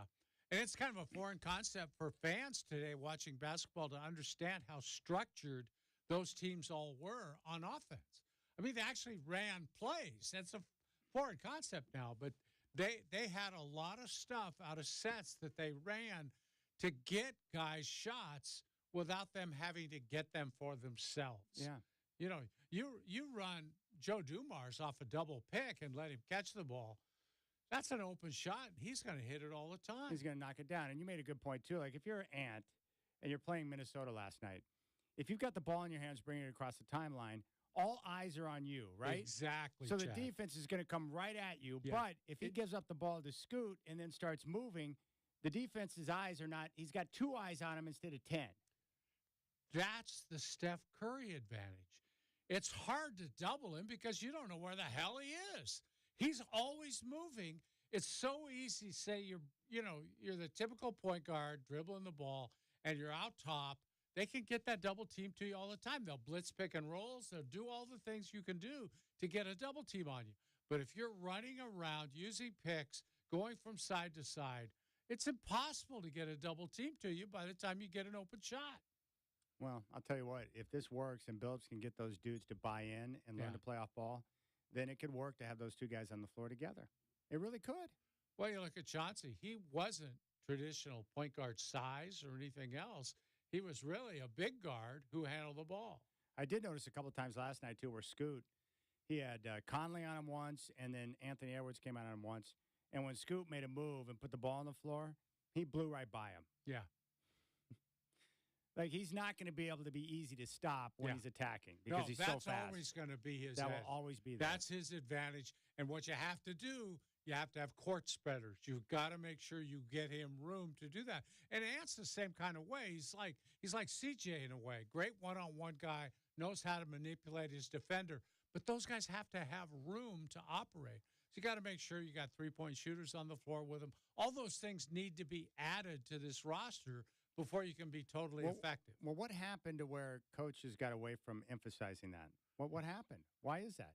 Again, I believe AAU ball. They came into the pros, even out of college, not really ready to run that kind of stuff. It's just easier to throw the ball out because you want your good players to have the ball. That's the thing they always ask coaches after the game. Why didn't Dame take the last shot? Why didn't so-and-so take the last shot? Well, you give them the ball at the end in a 1-4 flat, and you let them go get a shot. Very often, a contested shot because somebody is doubling them or guarding them closely with their best defender. Dang, I miss the days of Doug Moe where the Nuggets, I'd go check them out at McNichols. They're running a three-man weave at the top, and the rest of the guys on the floor are moving, and before you know it, the ball starts bouncing around the court. Doug Moe ran that great motion offense with all kinds of movement. And what did they do? They scored 135 a game, it seemed like. They have the highest scoring offense in the history of the league. Yeah, they'd put 150 on you if you weren't careful. Yeah, pretty much. So I'm happy about this. And the good thing is Ant and Scoot are young enough to where you can get them to do things right now compared to, it wasn't fair to Dame either. You get a guy that's played 10 years in the league one way. Yeah. You can't expect a guy 10 years in to just suddenly change his colors. Old dog meet new tricks, right? That's not going to happen. Yeah. No, it was hard enough for Phil to get Michael to buy into the idea of involving teammates. Yeah, that was a hard one. And I can understand where Michael's coming from. He's like, wait a second, why would I pass up the ball to that guy when I'm better than he is? Yeah. That was his philosophy. He's like, I'm better than they are. Yeah. But guess what? Guess when they started winning, right? When he started to buy in to the idea of team concept, it's like, hey, you're still going to have the ability when needed to work one-on-one and do your thing, but we got to get these other guys involved. It's going to make you even more dangerous. Yeah. Cut his scoring average down a little bit, took a few points off of it, and really a guy who could have scored. I mean, he could have averaged 40 a game. Very easy. Would have been easy for him. Even in the days of hand checking, he could have done that. But instead of averaging 35 a night, you pare it down to 29 a night. Yep. But Paxson or B.J. Armstrong or Horace Steve Grant Kerr. or Scottie Pippen or Steve Kerr, and those guys, if Michael looked for him, they ended up being open because they knew Michael was going to get all the attention. And it probably made life easier for him, too. Mm-hmm. In the long run, for sure. Yeah. I don't think Phil ever encouraged Kobe to pass it to Shmush Parker, though, because he sucked. Well, I don't think Kobe was going to pass it to Shmush anyway. No. All right, we'll keep things rolling here on the show. Dave Decker going to stop by at 5:20. We'll get an update on Blazers Edge night and get his thoughts on the plan for Scoot and Ant the rest of the way. Sean has informed me that the guy answering the calls here on the show sucks. And I'm like, Shacker? What did Really? Shacker do? All Shacker does is get the job done. It's the best in the business. Leave Shacker out of it, Sean. The best in the business. Now, Shacker's a rogue agent sometimes, like Jack Bauer. But he will go rogue on you once in a while. You got to know that. It's part of his makeup. I'm okay with that, though. All right, when we come back, I'll share a thought that I got from a scout last night. Coming up at 5, we'll talk about the 49ers. Now, there might be a way you could maybe get Belichick to come in and run the defense for a year, and it comes down to money. If you can buy off politicians to change the daylight savings, you might be able to convince Belichick, if the price is right, to come run the defense for a year. I think you're right. All right. That's Dwight. I'm Chad. You got the Rip City Drive.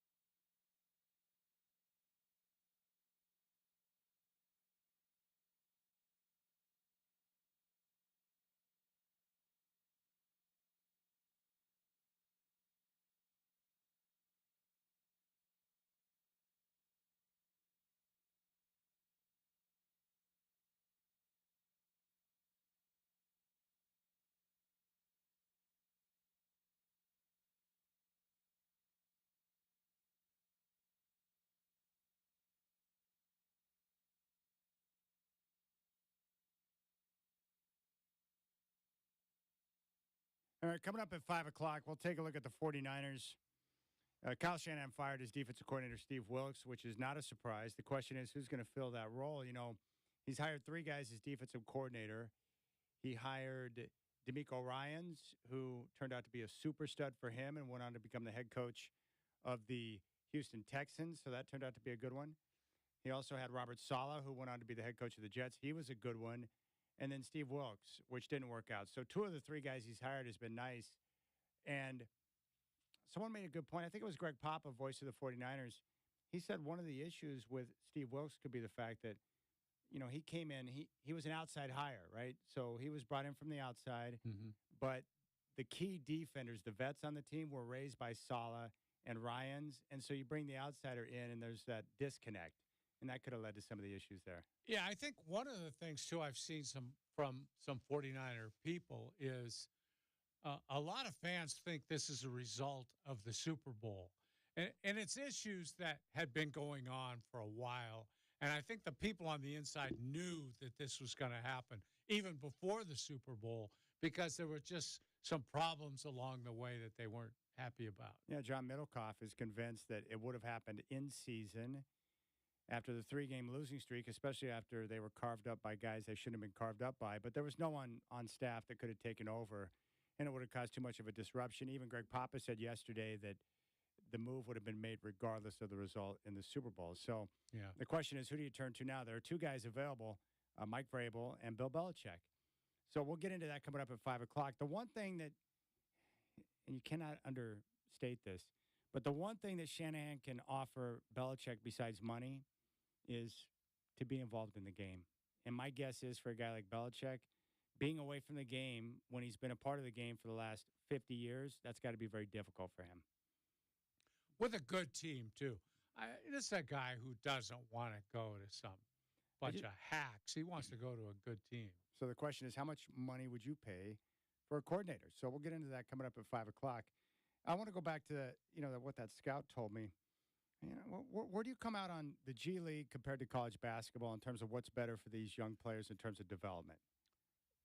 Well, I'll tell you, I always came out on the side of the G League because it gets them accustomed to more games, NBA rules, more practices, because college basketball now is so regulated in the hours you can spend practicing.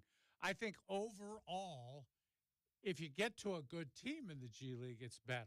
I believe that. I think the Blazers, for example, with Jim Moran running that team, that's a good situation. I'm convinced of that because I have a lot of respect for Jim Moran. He does a good job. Seen him up close for a long time. I think some of the other teams, maybe not. And I'm still in favor of that because I do also think, Chad, there's a lot of college coaches out there stealing money. I think they're recruiters. I think they're good posers on the sidelines with their arms folded, yelling at referees. They're good recruiters. They're good with the boosters. I've seen too many players come into the Blazers training camp from so-called great programs who were not very skilled and not very versed in the fundamentals. You mean someone like John Calipari, potentially? Potentially. Even players from better programs than that, though. I've heard all kinds of stories about guys who came in and couldn't shoot a left-handed layup. And it's like, come on, you learned that in 8th grade. How was Coach K? Well, I heard stories about him, too. Those guys are under a certain pressure, too, to win games with probably not as much time to develop players fundamentally as they'd like. Yeah, because you get the one and done. So you don't have time to teach fundamentals. It's like, okay, here's our team. This is what we got to do to go out and win. Don't you think that's part of Calipari's problem?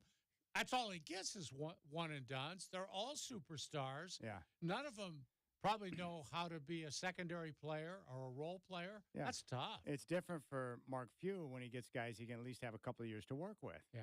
So you can teach some of the fundamentals, what you're looking for, run your system, and get some things done. He also gets foreign players who very often have had a better grounding in fundamentals than the American players have. There's no doubt now. It's unfortunate, but the European game is developing more well-rounded basketball players now because they're not growing up in AAU nonsense. Yeah, and the Australians, too. He gets guys from there, and those Australian players come up. They've got a pretty good background in fundamentals, too. Well, I just think it makes sense now. Look, I was like everyone else. When I saw Scoot and the way he started the year, I was a little bit concerned. Mm-hmm. Like, man, that's the number 3 overall pick right there. This could be a problem. But fortunately, with his work and talent, he's now ascending in the right direction, which is great. But now I keep looking back and I'm wondering, like, well, I wonder if the G League Ignite experience turned out to be a negative for him because of the, quote, rat ball style of game, where Yeah. it's guard-oriented.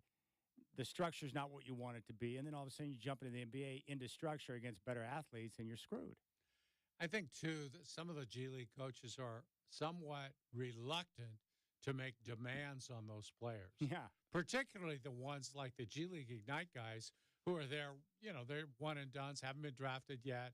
You have to be a little more careful with those players, I think. So I think it's a tough task coaching in that league anyway. Now, I'm not discounting the G League. Like, I think one of the best moves the Blazers have made in a while is getting the remix here in town. Mhm. We've seen the immediate benefits of having those guys readily and available because they can send guys down, bring them up, and they've had some of those guys contribute.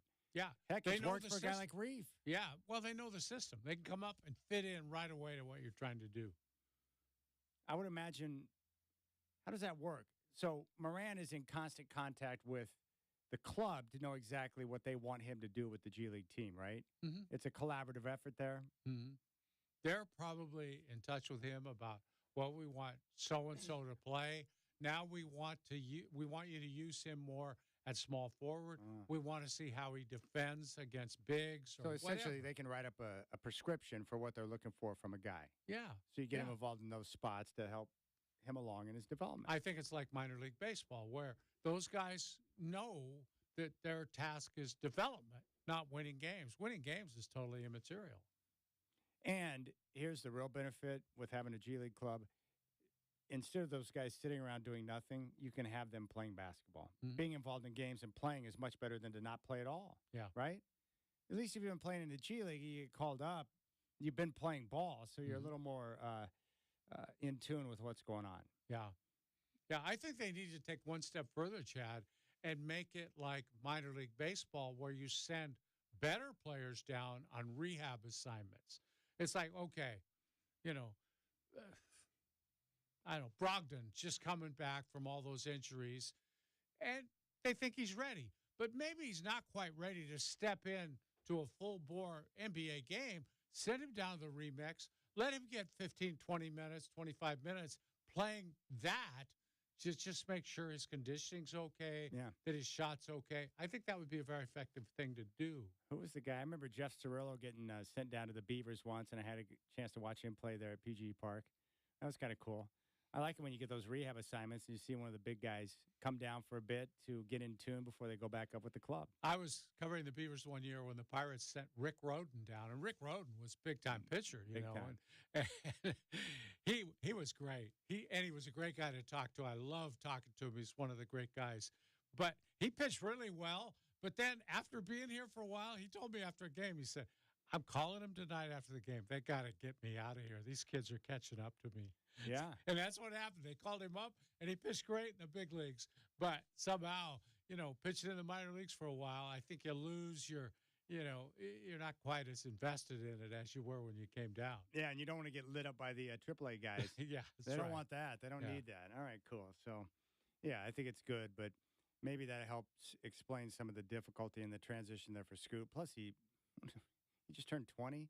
And we keep forgetting that. He's a youngster. Yeah, exactly. Just like we did with Ant. For years, it's like you think maybe he should do more, but he was just a kid. He's still just a kid. Reef's 8 years older than Scoot. That's crazy. It 8 is years. crazy. Yeah, and they're both rookies. They're both rookies.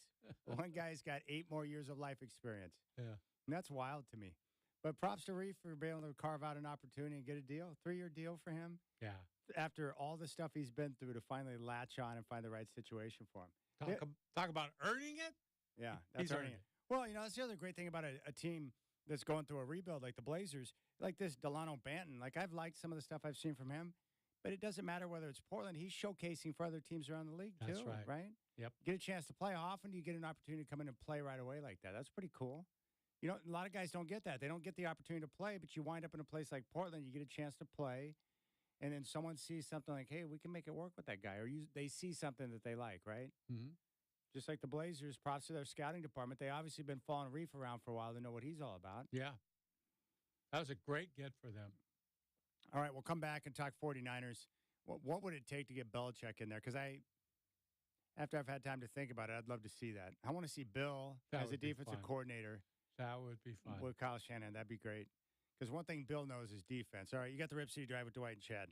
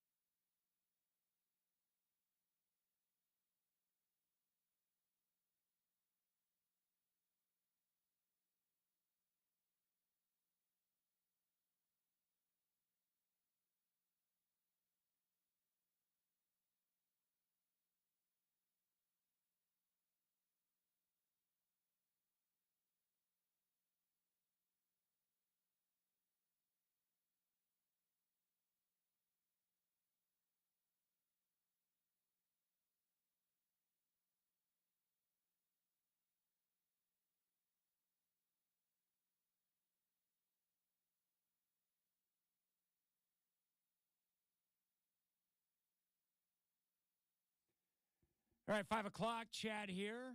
More of the Rip City Drive is coming up in just a moment. The Trailblazers enter the All-Star break now after last night's loss to the Timberwolves. And before the game, Coach Billups announced that Scoot Henderson would start and remain in the starting lineup the rest of the year because he had earned it. Henderson will also participate in the Rising Stars Challenge this weekend in Indianapolis.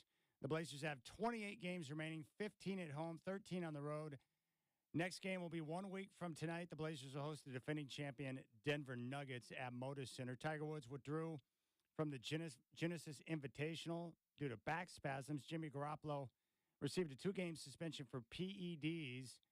We're going to talk hoop with Dave Deckard, BlazersEdge.com, coming up at 5:20.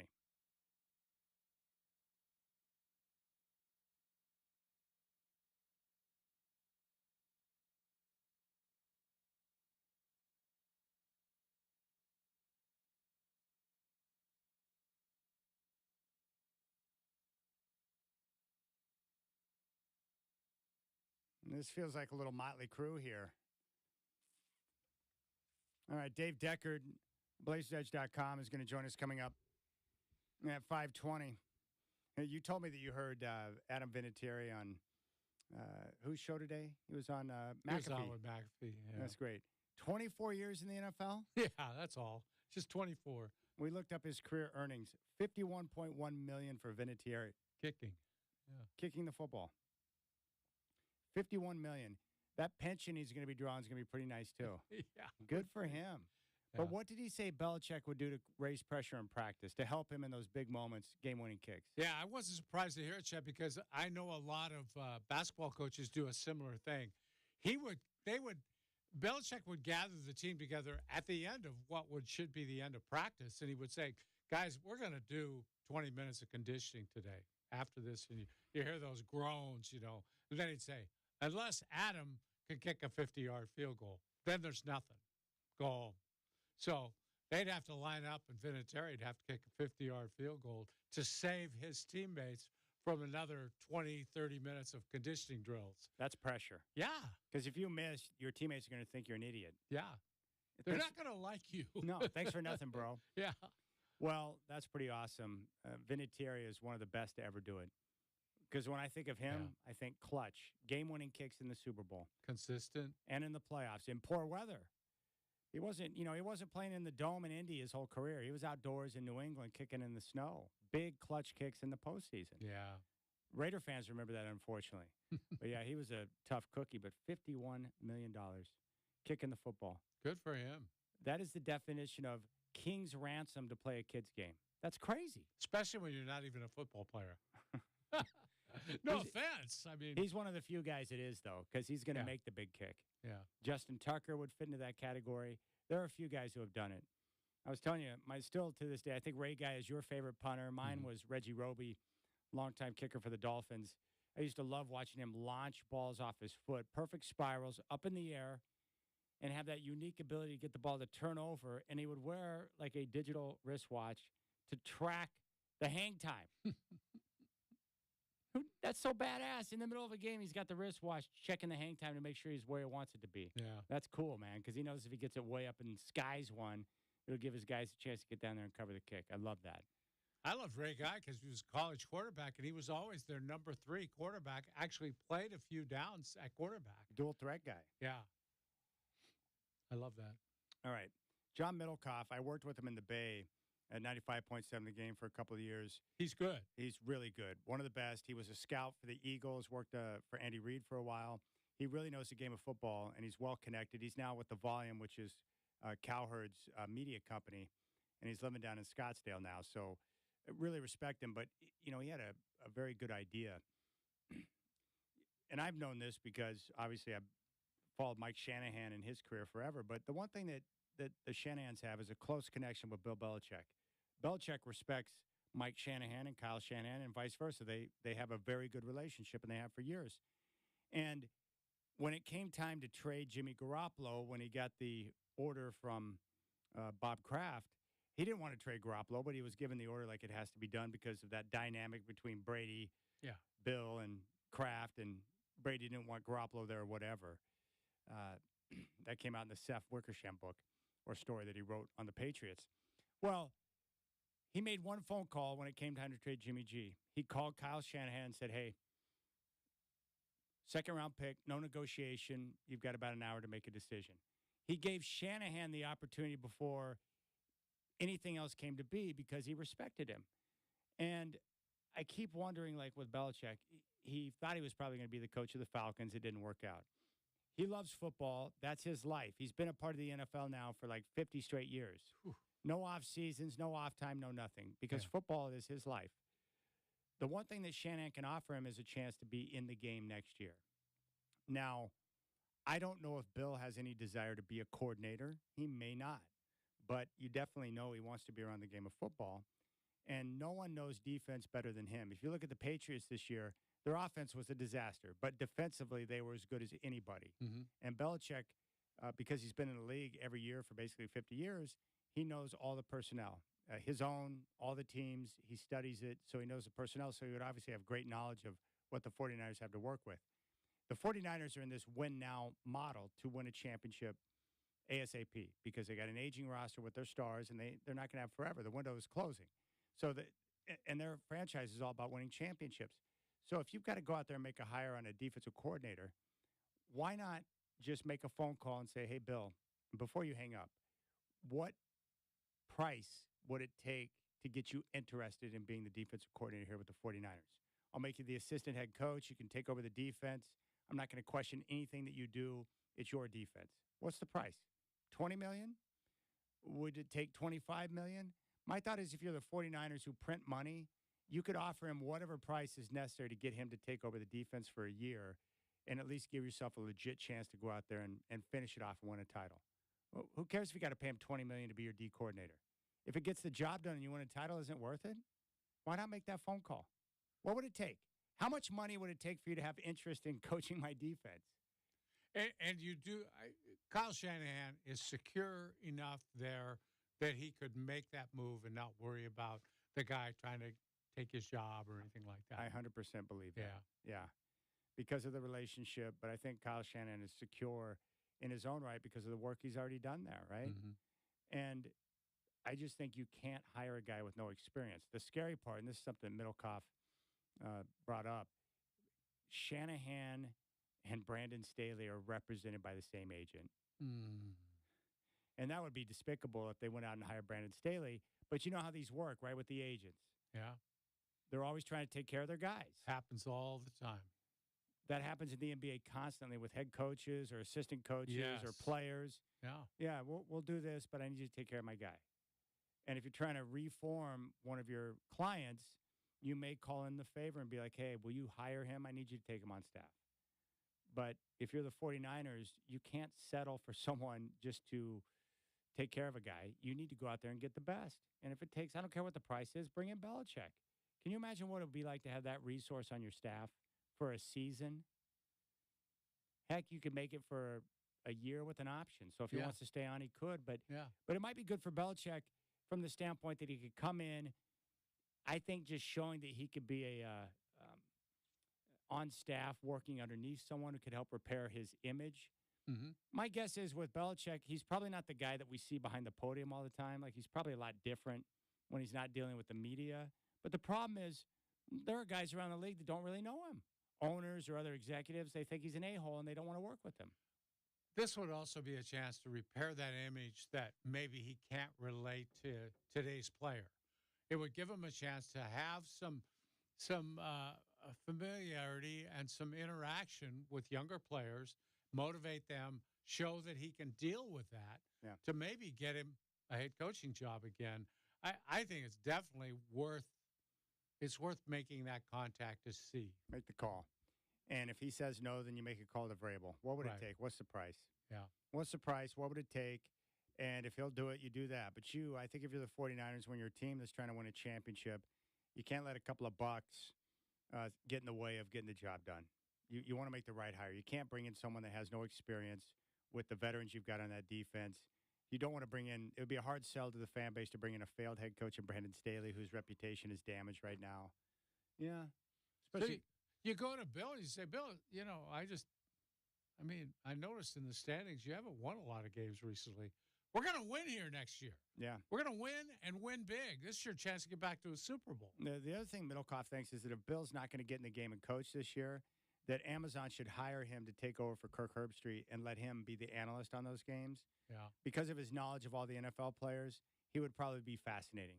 And I think we've talked about this before. After seeing him on the set of College Game Day before Army-Navy, he was so engaging and so awesome on the camera that I think he would have a lot to offer in the booth.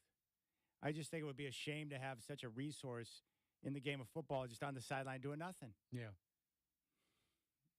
I mean, I crack on Belichick from the standpoint that, his decision-makings with his offense, the drafting, making defensive coordinators, offensive coordinators, I think that's all crazy, but he's still a great coach and a great mind, and he's been around the NFL forever, and he knows the players better than anyone. If you put him on the defensive side of the ball and that's all he has to do, he'd be really good because he wouldn't be worried all the time about all those other responsibilities. He would make all your great players, guys like Armstead or Fred Warner or Greenlaw, all your best players, he would make them better because he would have them in the right position to have the best success. That's what makes him great, taking players and knowing what they do best and then putting them on the field in a position to go out there and execute. That's what coaching is all about. Understanding your talent, knowing where best to put them on the field to have success. And Belichick's been doing that for years. So I want to see it. I think that'd be a fascinating storyline. I don't know if Bill would ever go for it because he's Bill Belichick. And I've never been in this situation, but my guess is after you've won 6 Super Bowls and you're the most successful head coach of all time, that you have a certain idea of what you're about. You may just turn down that type of opportunity. Well, he made his bones as a defensive guy. I mean, he's always been. That's his forte. It's the backbone of everything he's ever done, coaching-wise. And he was right there. He was Parcells' right-hand man with his championships running that defense. Mm-hmm. I mean, coming up with ways to slow down the K-gun and Jim Kelly. Slowing down John Elway in the Super Bowl. Just he's been doing that for years. I bet he's got some ideas on how to handle Andy Reid, too. That's what I'm talking about. Mm-hmm. Because that's what you're up against. That's why you make the call. Yeah. Because you know who you're going to have to get through to get to where you want to be. His name's Andy Reid and Patrick Mahomes. Those are the guys. And as we talked about, that's the problem. It's like getting to a Super Bowl is one thing. Winning a championship when you know you got to get through the likes of Patrick Mahomes, that's a whole different ballgame. And the AFC is loaded up with great quarterback plays. So if it's not Patrick Mahomes next year, it'll be Joe Burrow. And if it's not Joe Burrow, it'll be Josh Allen. Right. And if it's not Josh Allen, it might be Justin Herbert. Mm-hmm. So take your pick. It's going to be one of the greats. And if it's not one of those guys, it'll be Lamar Jackson who's a problem. So you just got problems all over the place. That's right. Quarterback problems. Yeah. Oh, my goodness. I don't know. I'm fascinated by it. I'd love to see it. Can you imagine the storylines we get on that? Oh, it'd be great. And Belichick would probably love it because he wouldn't have to deal with the media. Yeah. Yeah, he could. That could be a part of his deal. Yeah, I'll do it. I just don't want to have to do any interviews all year. I don't want to do one interview. No Yeah. problem. I'll handle them all. Yeah. Something to think about. All right, we'll come back. We got to talk to Dave Decker, get his take on Scoot and Ant starting the rest of the year, 28 games to go. And we'll get an update on Blazers Edge Night, the best night of the year coming up March 13th when Atlanta's in town. We'll get the latest on the tickets. Dwight and Chad, you got the Rip City Drive.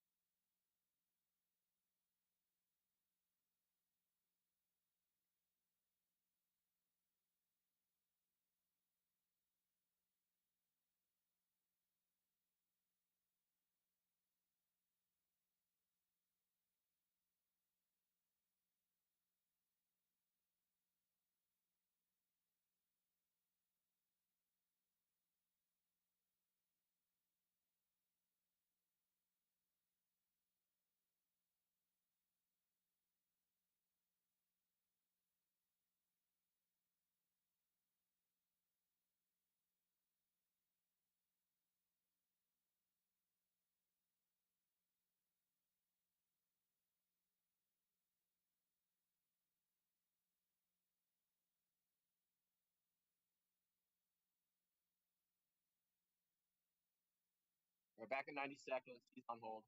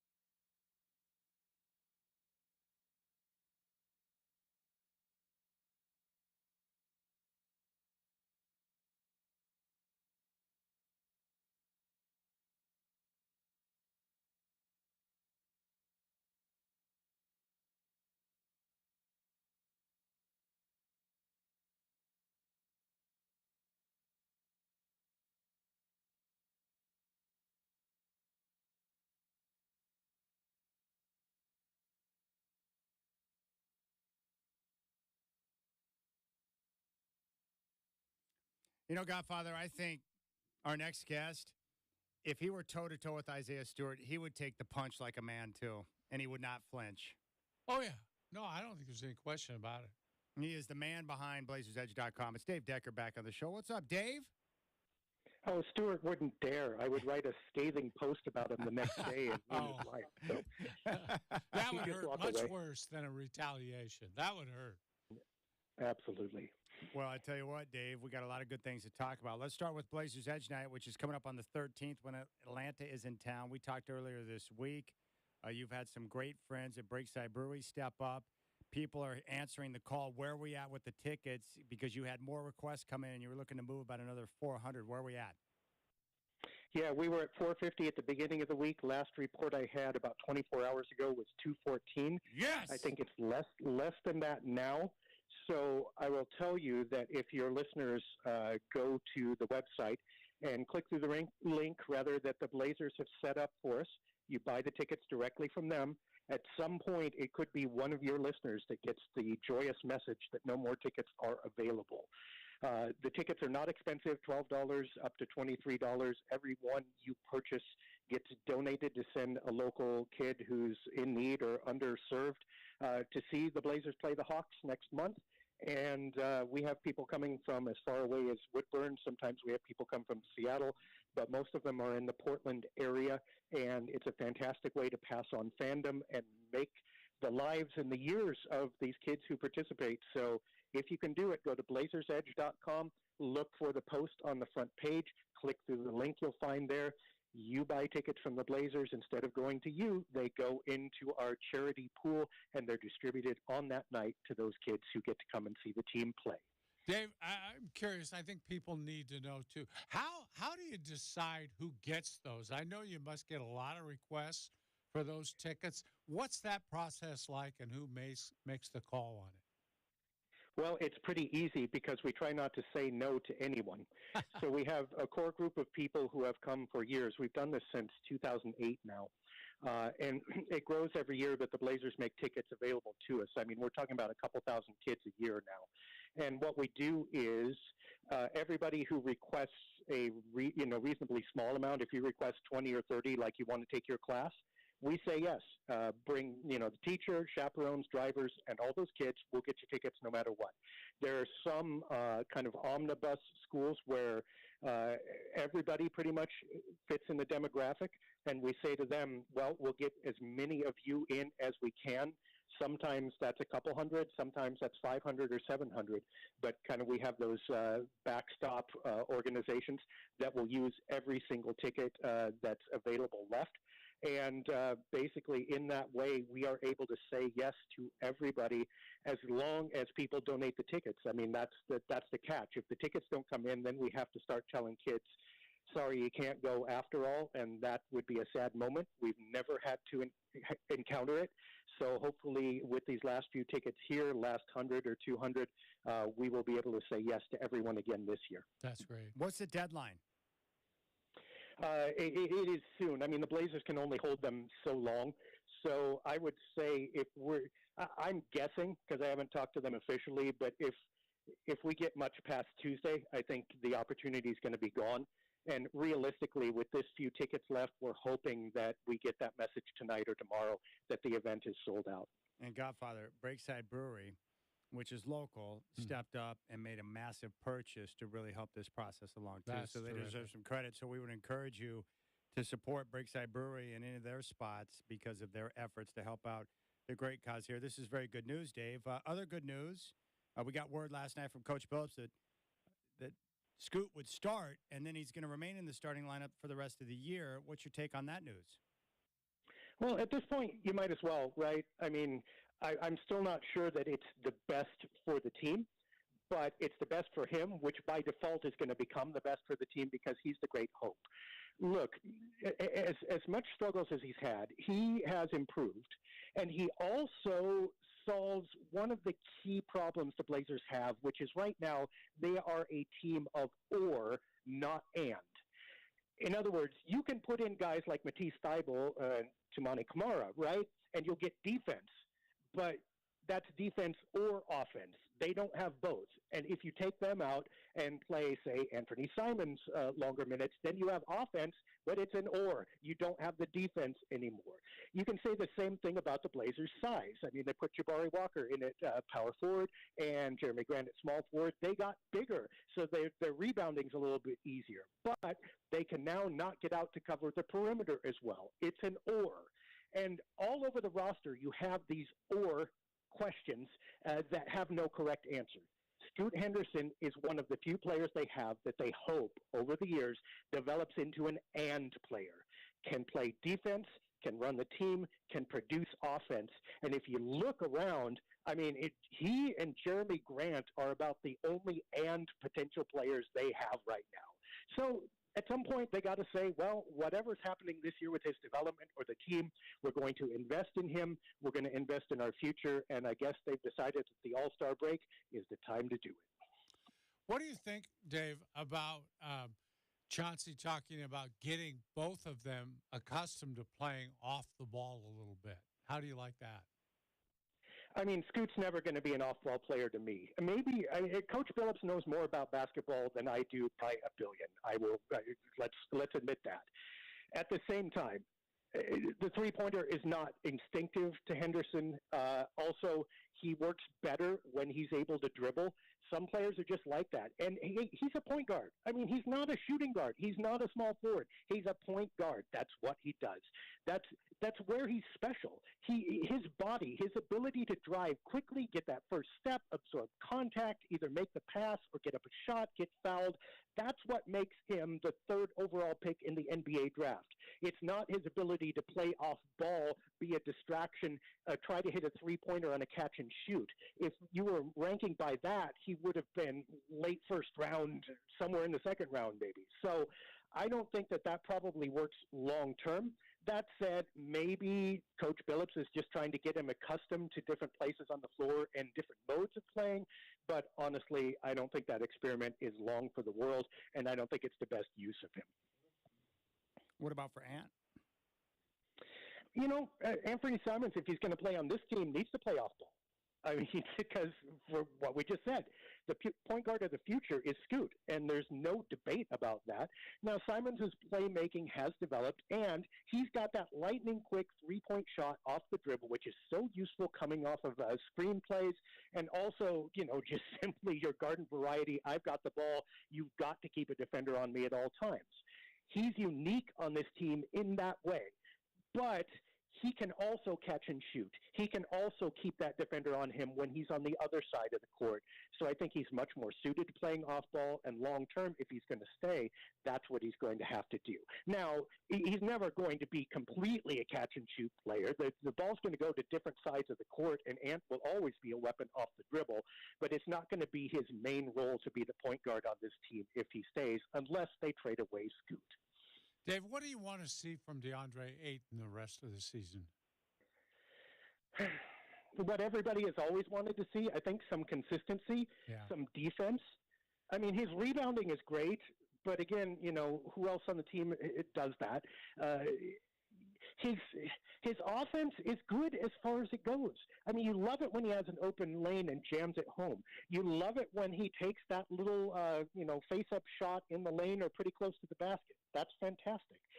But you know what? It's not there every night, and the screens aren't set right every night, and he's not moving on defense every night. And this has been the story of his career, and it has not changed this year. He's got to improve if the Blazers are really going to contend with him in the middle.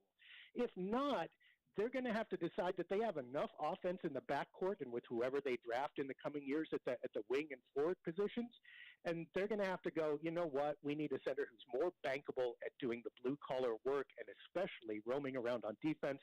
And I have a hunch within a year or two they will probably start looking at whether or not they can't get some value for Ayton on the trade market. How long until they have to make a decision on the three guards? Well, it's not this year for sure. Obviously, the trade deadline has passed. I don't think there's a huge amount of pressure this summer even, because you know what? Scoot and Shaedon Sharpe are just still so young and inexperienced. They're going to need another year to cook no matter what. But I would say the summer after, they're going to have to start making some serious decisions. I mean, Anthony Simon's contract will be getting old at that point. He will also have, 8 years of experience in the league at that point. So if you don't know what you've got in him then when are you going to? Also, frankly, these guys all have the capability probably to be starters, and you just can't fit three starters into two positions long term, especially when two of them are young and playing for their next big contract, and one is a veteran playing towards his last big contract. That's just not going to work. So I would say probably summer of 2025, the pressure will get high to make a decision. Before then, though, they've got him contractually. They don't know what they've got entirely. There's room to experiment. So before then, it's low simmer. The heat will go up 2 summers from now. Dave, we've had a chance to watch the Timberwolves 2 nights in a row here on television or in person. I'm curious what you think of them. Are they legit? Do you see them as a team that could reach the Western Conference Finals or maybe even the finals? Yeah, I mean, look, I'd be as shocked as anybody to see them in the finals just because you don't associate Minnesota Timberwolves with NBA Finals. Mm-hmm. But honestly, if you're peeling back the emotional impression and just looking logically at what they do, they're a very good defensive team. They're very tall. Anthony Edwards can score in the half court, so can Karl Anthony Towns. And by the way, he spreads the floor better than any big in existence right now. They have settled in with that Twin Towers approach, which means they're always going to have size. And as we saw the last couple nights, they're not bad when they're on the break either. So they've got half court offense, they've got size and rebounding, they've got defense, they've got shooting, and they can run.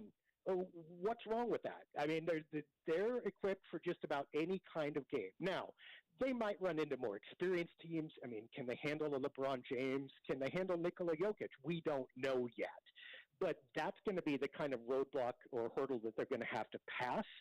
If you look at it just team-wise and you stack them up against anybody in the West, they probably have as good a chance as anybody.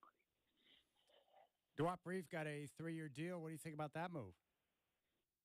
I mean, look, these 3-year deals are cheap, okay? So, I mean, if it was 3 years at $20 million, we'd have something to talk about. But there's no harm, no foul. If you're going to keep him all 3 years, that's fine. If you waived him or traded him, the cost would be minimal. So he's an asterisk. So I think he's earned it. I think they like what they see. And again, They need more help at the center position, especially defensively. It's not like he's going to revolutionize everything, but he's one more little building block in the puzzle that it costs them very little to experiment with or keep. So that's fantastic. If they want him, I trust their vision there and say there's absolutely no downside to it. All right, go to the website right now, blazersedge.com. Right there at the very top of the page on the main screen, you'll see a story from Dave Deckard, help send kids to see the Blazers via Blazers Edge Night. And if you click on that, it will take you to the link where you can purchase tickets directly through the Trailblazers for Blazers Edge Night. We got about 200 more tickets to go. You can buy them for $12 a piece and send kids to a Blazer game for the first time. And if you don't help them, they would have no other way to be able to go see because these are underserved youth in the community. So, Dave, this is great news about Blazers Edge Night. We're making progress, and it's great to have you on the show as always. Enjoy your All-Star break, and we'll catch up soon, brother. All right. Thank you, my friends, and enjoy the time off. Let's hope it's an exciting weekend for the NBA, and maybe the Blazers can get a win or two coming out the other side. All right. Sounds good, buddy. There's Dave Deckard, blazersedge.com, here on the Rip City Drive. And Blazers Edge Night, they're making progress. So this is all good news, Godfather. Very good news. Yeah. All right, 503-248-0620. Let's go out to the phones. Let's go to David in Salem who wants to join the show. David, welcome to the Rip City Drive. What's on your mind? It's good to be with you and Chad and Godfather. Hey, Chad, Godfather, I was interested. This whole scuffle between Drew Eubanks and Isaiah Stewart, it made me think about famous athletes that had gone into the mixed martial arts or boxing. And I was trying to think of, throughout history, individuals that actually tried that. And the only person I could come up with was Ed Too Tall Jones, who was a defensive tight end for the Dallas Cowboys. Godfather, Chad, do you know some other people that had transitioned from a professional sport to boxing? What about you, Godfather? Who's on that list that you can think of? Well, I have to go way back on this one, and no one will know who I'm talking about. But the Seattle University team that had really good players for many, many years, they were terrific. They had a power forward named L.J. Wheeler, who was really good and big and strong. When he was done, he decided to be a pro boxer. And they had him all set up. This is the way you always do it in boxing, especially in the old days. They fed him tomato cans for about a year, 2 years. I think he rattled off a 7-0 record. He was huge. Nobody could handle his reach. And finally, he fought like a real boxer, and the guy knocked him cold as ice. And that was the end of his boxing career. There haven't been too many guys want to go to boxing. I know Walker didn't. He was in MMA for a while, I think. Herschel Walker. He did MMA for a while. He was in excellent shape. He was pretty good for a few fights. But once they get into the guys who are, a lot of the MMA guys had years and years of wrestling training, where they grappled in high school and college and all that. There's no way you can be in a ring with those guys or in a octagon. Who's the best athlete to go wrestler? Oh, boy. Well, in the old days, again, Leo Namalini was a 49er great, and he wrestled for years. Wahoo McDaniel with the Chiefs, he was also a really good pro wrestler. What about Dennis Rodman and Karl Malone? Not so much. Not so much. That was like a one-trick pony thing where Vince gave him a lot of money just to come in and be a big draw for WrestleMania. I just love that Malone was out there with Diamond Dallas Page. I thought that was badass.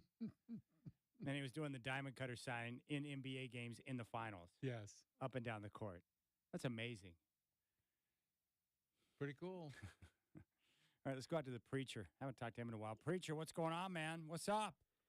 Man, Dave Decker, is he like coaching any intramurals around town or any like pickup games? Dude, I'm totally on his sideline. He's got wisdom. He's a smart guy. Right? Totally. I am all about that. He totally sold it. Let me go kind of backwards here.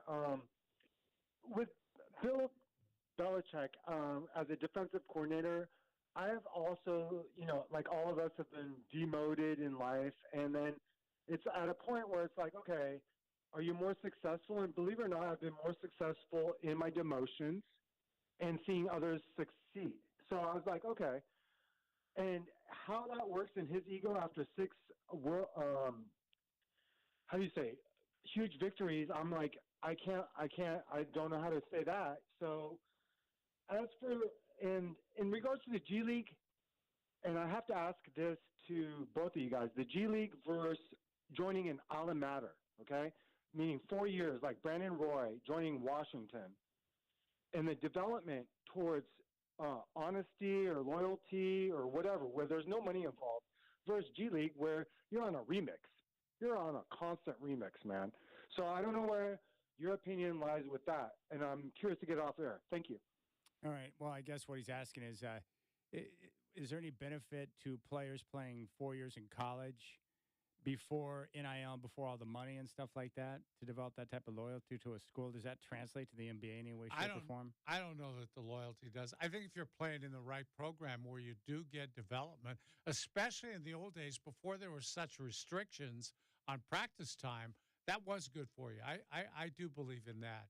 But nowadays, a lot of guys are going to make more money playing basketball in college. You look at Caitlin. She's probably making more money at Iowa than she's going to make in the WNBA. That's quite possible. It says right here, L.J. Wheeler, 6'8", 263 pounds. Yeah. He was an impressive citizen. I'm telling you. You looked him up. That's great. Does it say anything about his boxing record? I don't see that yet, but 8 points, 6. Yeah, I said it had about 8 rebounds and 6 assists per game in basketball. Yeah. But who was the big player up at Seattle? Was that Elgin Baylor? Elgin Baylor was there. Whoa. Eddie Miles was there. Ray Scott was there, who had a long career with the Pistons. They've had a good program for a long time. Oh, God. They were something in the old days, really. I'm not getting in the ring with a 6'8", 263-pound dude. But, you think you're tough, and then you get in the ring with a real boxer, and you get your ass kicked. That's how that goes. I have to tell you the story. I was just a little kid on my dad's lap, I think. He took me to see Elgin Baylor play when they came down to play the Portland Pilots. They played that game in the Portland Armory. We had no building to play. It was either Howard Hall at University of Portland, which is tiny, or play in the Armory, which probably seated 2,000 or 3,000. But that was it.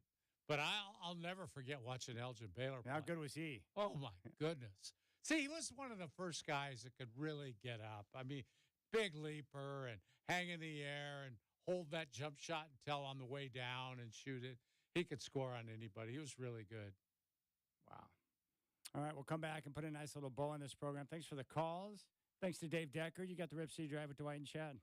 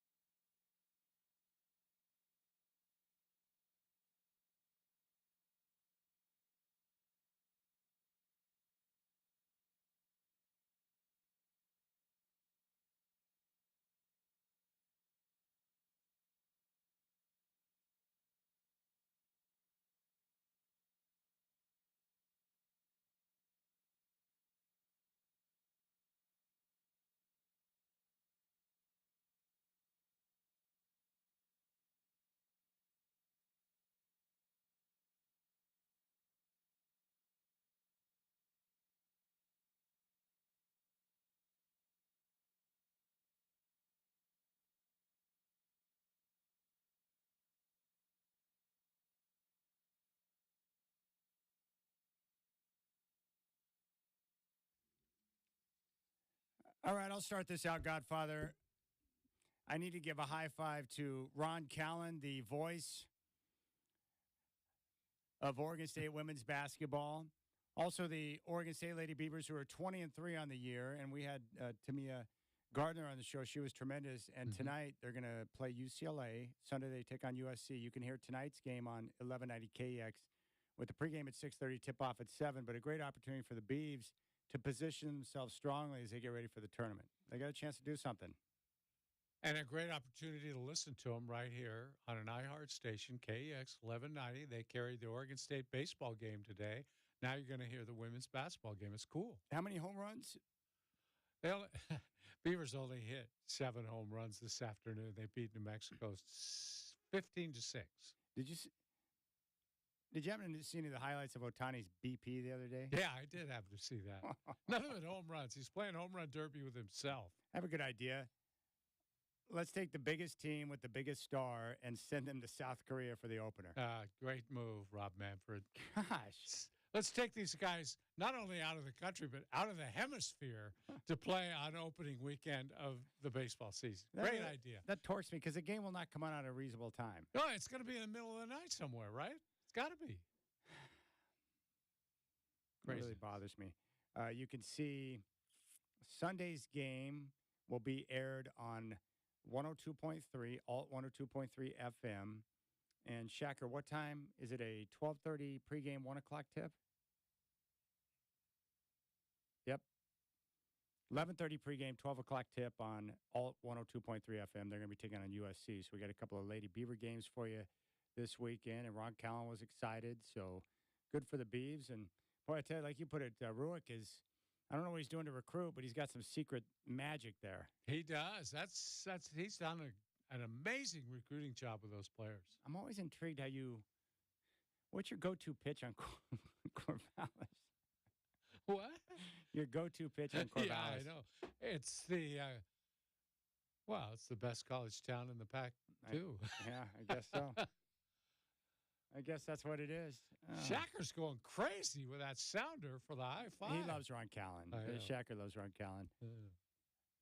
Can I give you mine? Oh, yeah. You didn't give one yet. No. Who's going to get your high five? You went first. I'm giving mine to Dave Decker for the many years of service. To the youth of Portland, getting them in to see that Blazer game every season. That's a great thing, and I'm real happy to be here and be a part of helping him. Hey, Shacker, can I get a high five for the high five sounder? Yeah. Thank you. Oh, God. Stop him. What do you got going on this weekend? You going to lose glasses at the Mexican restaurant again or what? What are you doing? Don't bring that up again. Going to go watch my wife play He won't tell tennis. me the price. I want to know how much you spent on the glasses. He won't tell me. You just said it's enough. None of your business. You going to go watch Nancy play tennis? Yeah. She's got a big match tomorrow night, I think. And where, at Indian Hills or here in town? You're not going to the Palm Desert? You no, should. she's playing here locally. Yeah. And so going to watch that. We've got some, what else are we doing? American Idol Sunday night. Appointment viewing. Very nice. Premiere. I'm going to go, as soon as this show's over, I'm heading over to Golf Tech to go practice golf. And then tomorrow, I'm going to watch Oklahoma and Kansas from Norman, College Hoop at 1. And then I'm going to go over and practice more golf tomorrow. And then I'm taking a little one-day roadie with Isaac on Sunday. That's what's cracking this weekend, Godfather. Where are you going on the roadie? I don't know. Wherever he wants to go. Oh, that's dangerous. Yeah. Dangerous. You might end up in Arizona. Idaho somewhere. Yeah, Idaho, Arizona. He's been, Dad, why don't you drive me to Arizona? He goes, you always take trips. I'm like, yeah, when I fly, I'm not driving you to Arizona, son. I'll fly you. Anytime you want to fly to Arizona, we're in. But he doesn't want to fly, he wants to drive. I'm like, I'm not driving 2 days to get down there. Yeah, he doesn't like airplanes. Is that the deal? That's his, what he really wants, he likes road trips. Yeah. So he wants to go in a vehicle and take the road trip. So he uses the excuse of Kobe Bryant and the helicopter crash as to why he doesn't fly. Oh. But yet, if I were to offer him up to Hawaii, he would go tomorrow because he knows you can't drive there, so he would happily go to Hawaii. So he'll use whatever reason he feels is necessary to get to do what he wants. That's his logic. Like all kids. Yeah. That's how it goes. Now, a road trip Will you drive the whole way, or does he get to drive part of the way? I'll let him do some driving. Good. Yep. As long as he knows with him, as long as he doesn't, as long as he's mild mannered and not irritated, then I let him drive. But as soon as he's he can get ticked off occasionally. I don't want him to drive mad. So now, who's going to control the music in the car? I always control the music. That's the only rule I have. I said any road trip we take, I said the music is mine. What kind of music does he like? He likes what I like, so that's helpful. Good. Yeah. That's the one good thing about spending so much time in a car with him over the years is that I have conditioned him to like great hits from the 70s and early 80s. He's been indoctrinated. He has been. Yeah. So when I put on the Yacht Rock station, I always know when he likes a song because he'll slowly reach over and kind of just turn the volume up a little bit. There's certain songs that he really likes. He's like, oh, I remember that song. Or he'll ask me, like, he likes me to Shazam songs if we're at a restaurant or whatever because he wants to know who the artist is so he can go home and look it up on YouTube. You know, someday you should bring him in here. I haven't seen Isaac in so long. I'd love to see him. Do I understand? Like, he used to want to come on the radio all the time. And then I offer him up, hey, why don't you come in? Let's go to the station and come in. People would love to hear from you. And then he's like, no, he's always got things going on. He's got his own little plan every day of what he's got going on. And if anything I ask is outside of that, he's like, oh, I can't. Well, he can come in and just kind of sit in and watch the show, and he doesn't have to be on. I know. Yeah, it's pretty crazy because now I'm running into listeners who remember him when he was little on air, and now they find out he's about to turn 21. So my daughter, what is the date today? The 16th? Yeah, today's the 16th. So my daughter turns 14 tomorrow on the 17th, and then 10 days from tomorrow, Isaac will be 21. Oh, wow. 21. What's going on that 21st birthday? Well, he does not drink and told me he's not going to drink. So good for him. So I don't know. I tell you what he wants. He's been hitting me up to drive him to Arizona. Oh. And so I told him, like, that's not going to happen. It's not a good time. And I'm never going to drive him to Arizona. That would be a tough. I might consider it, but that's a long-ass drive, Godfather. I've done it, yeah. You've done the drive? Yeah. When we had the house down there, we wanted to keep a car down there, so I drove it down there. Gosh. It wasn't bad for me. I like the long drive, too. Well, doesn't bother me. The problem is that see, if you do it, you need at least a full week, at least, because it takes 4 days to recover, to recuperate. Yeah. So I don't know how. What I was thinking about doing is like because he's got family from his mom's side down there, but I don't want to stay with them because I'm kind of the outsider there. Yeah. So what I might do is I could drive him down there. And then I could go hang out with Steve in Vegas while Isaac's hanging out with his grandma down in Arizona, and then I could go back down and get him, and then we drive back up. I might do something like that. Well, I like Isaac. He's a good kid, and he loves you. He always there's not a week that passes where I don't get the 20 questions about you. How's the Godfather doing? How's he doing? Because he's always curious about how you continue to work it, why you're still working at your age, why you're doing this. He asks a lot of questions about you. Well, his favorite memory, though, of course, is when we took the jet ski from the 205 bridge all the way across the river, across Portland, and then docked up on your houseboat. He thought that was cool. It was cool. Yeah. There you go. That's all. Other than that, I'm just, like I said, I'm waiting for March 10th, and when we flip the clocks, longer days, and I know golf season's getting closer. Oh, yeah. 28 games to go in the season. I'm really happy when we switch the clocks for all those kids playing high school softball and baseball. Yeah. They get an extra hour of daylight to it's play. Huge. Yeah. No one likes to practice in the dark. No. All right, big thanks to Dave Decker for joining us, Michael Shacker for being the man. And then you guys enjoy your weekend. Godfather, have a good weekend. You too, Chad. And we're back on Monday. Justin Myers, Rip City Mornings at 6. Dwight and I will have the Rip City Drive at 3 o'clock here on 620 Rip City Radio.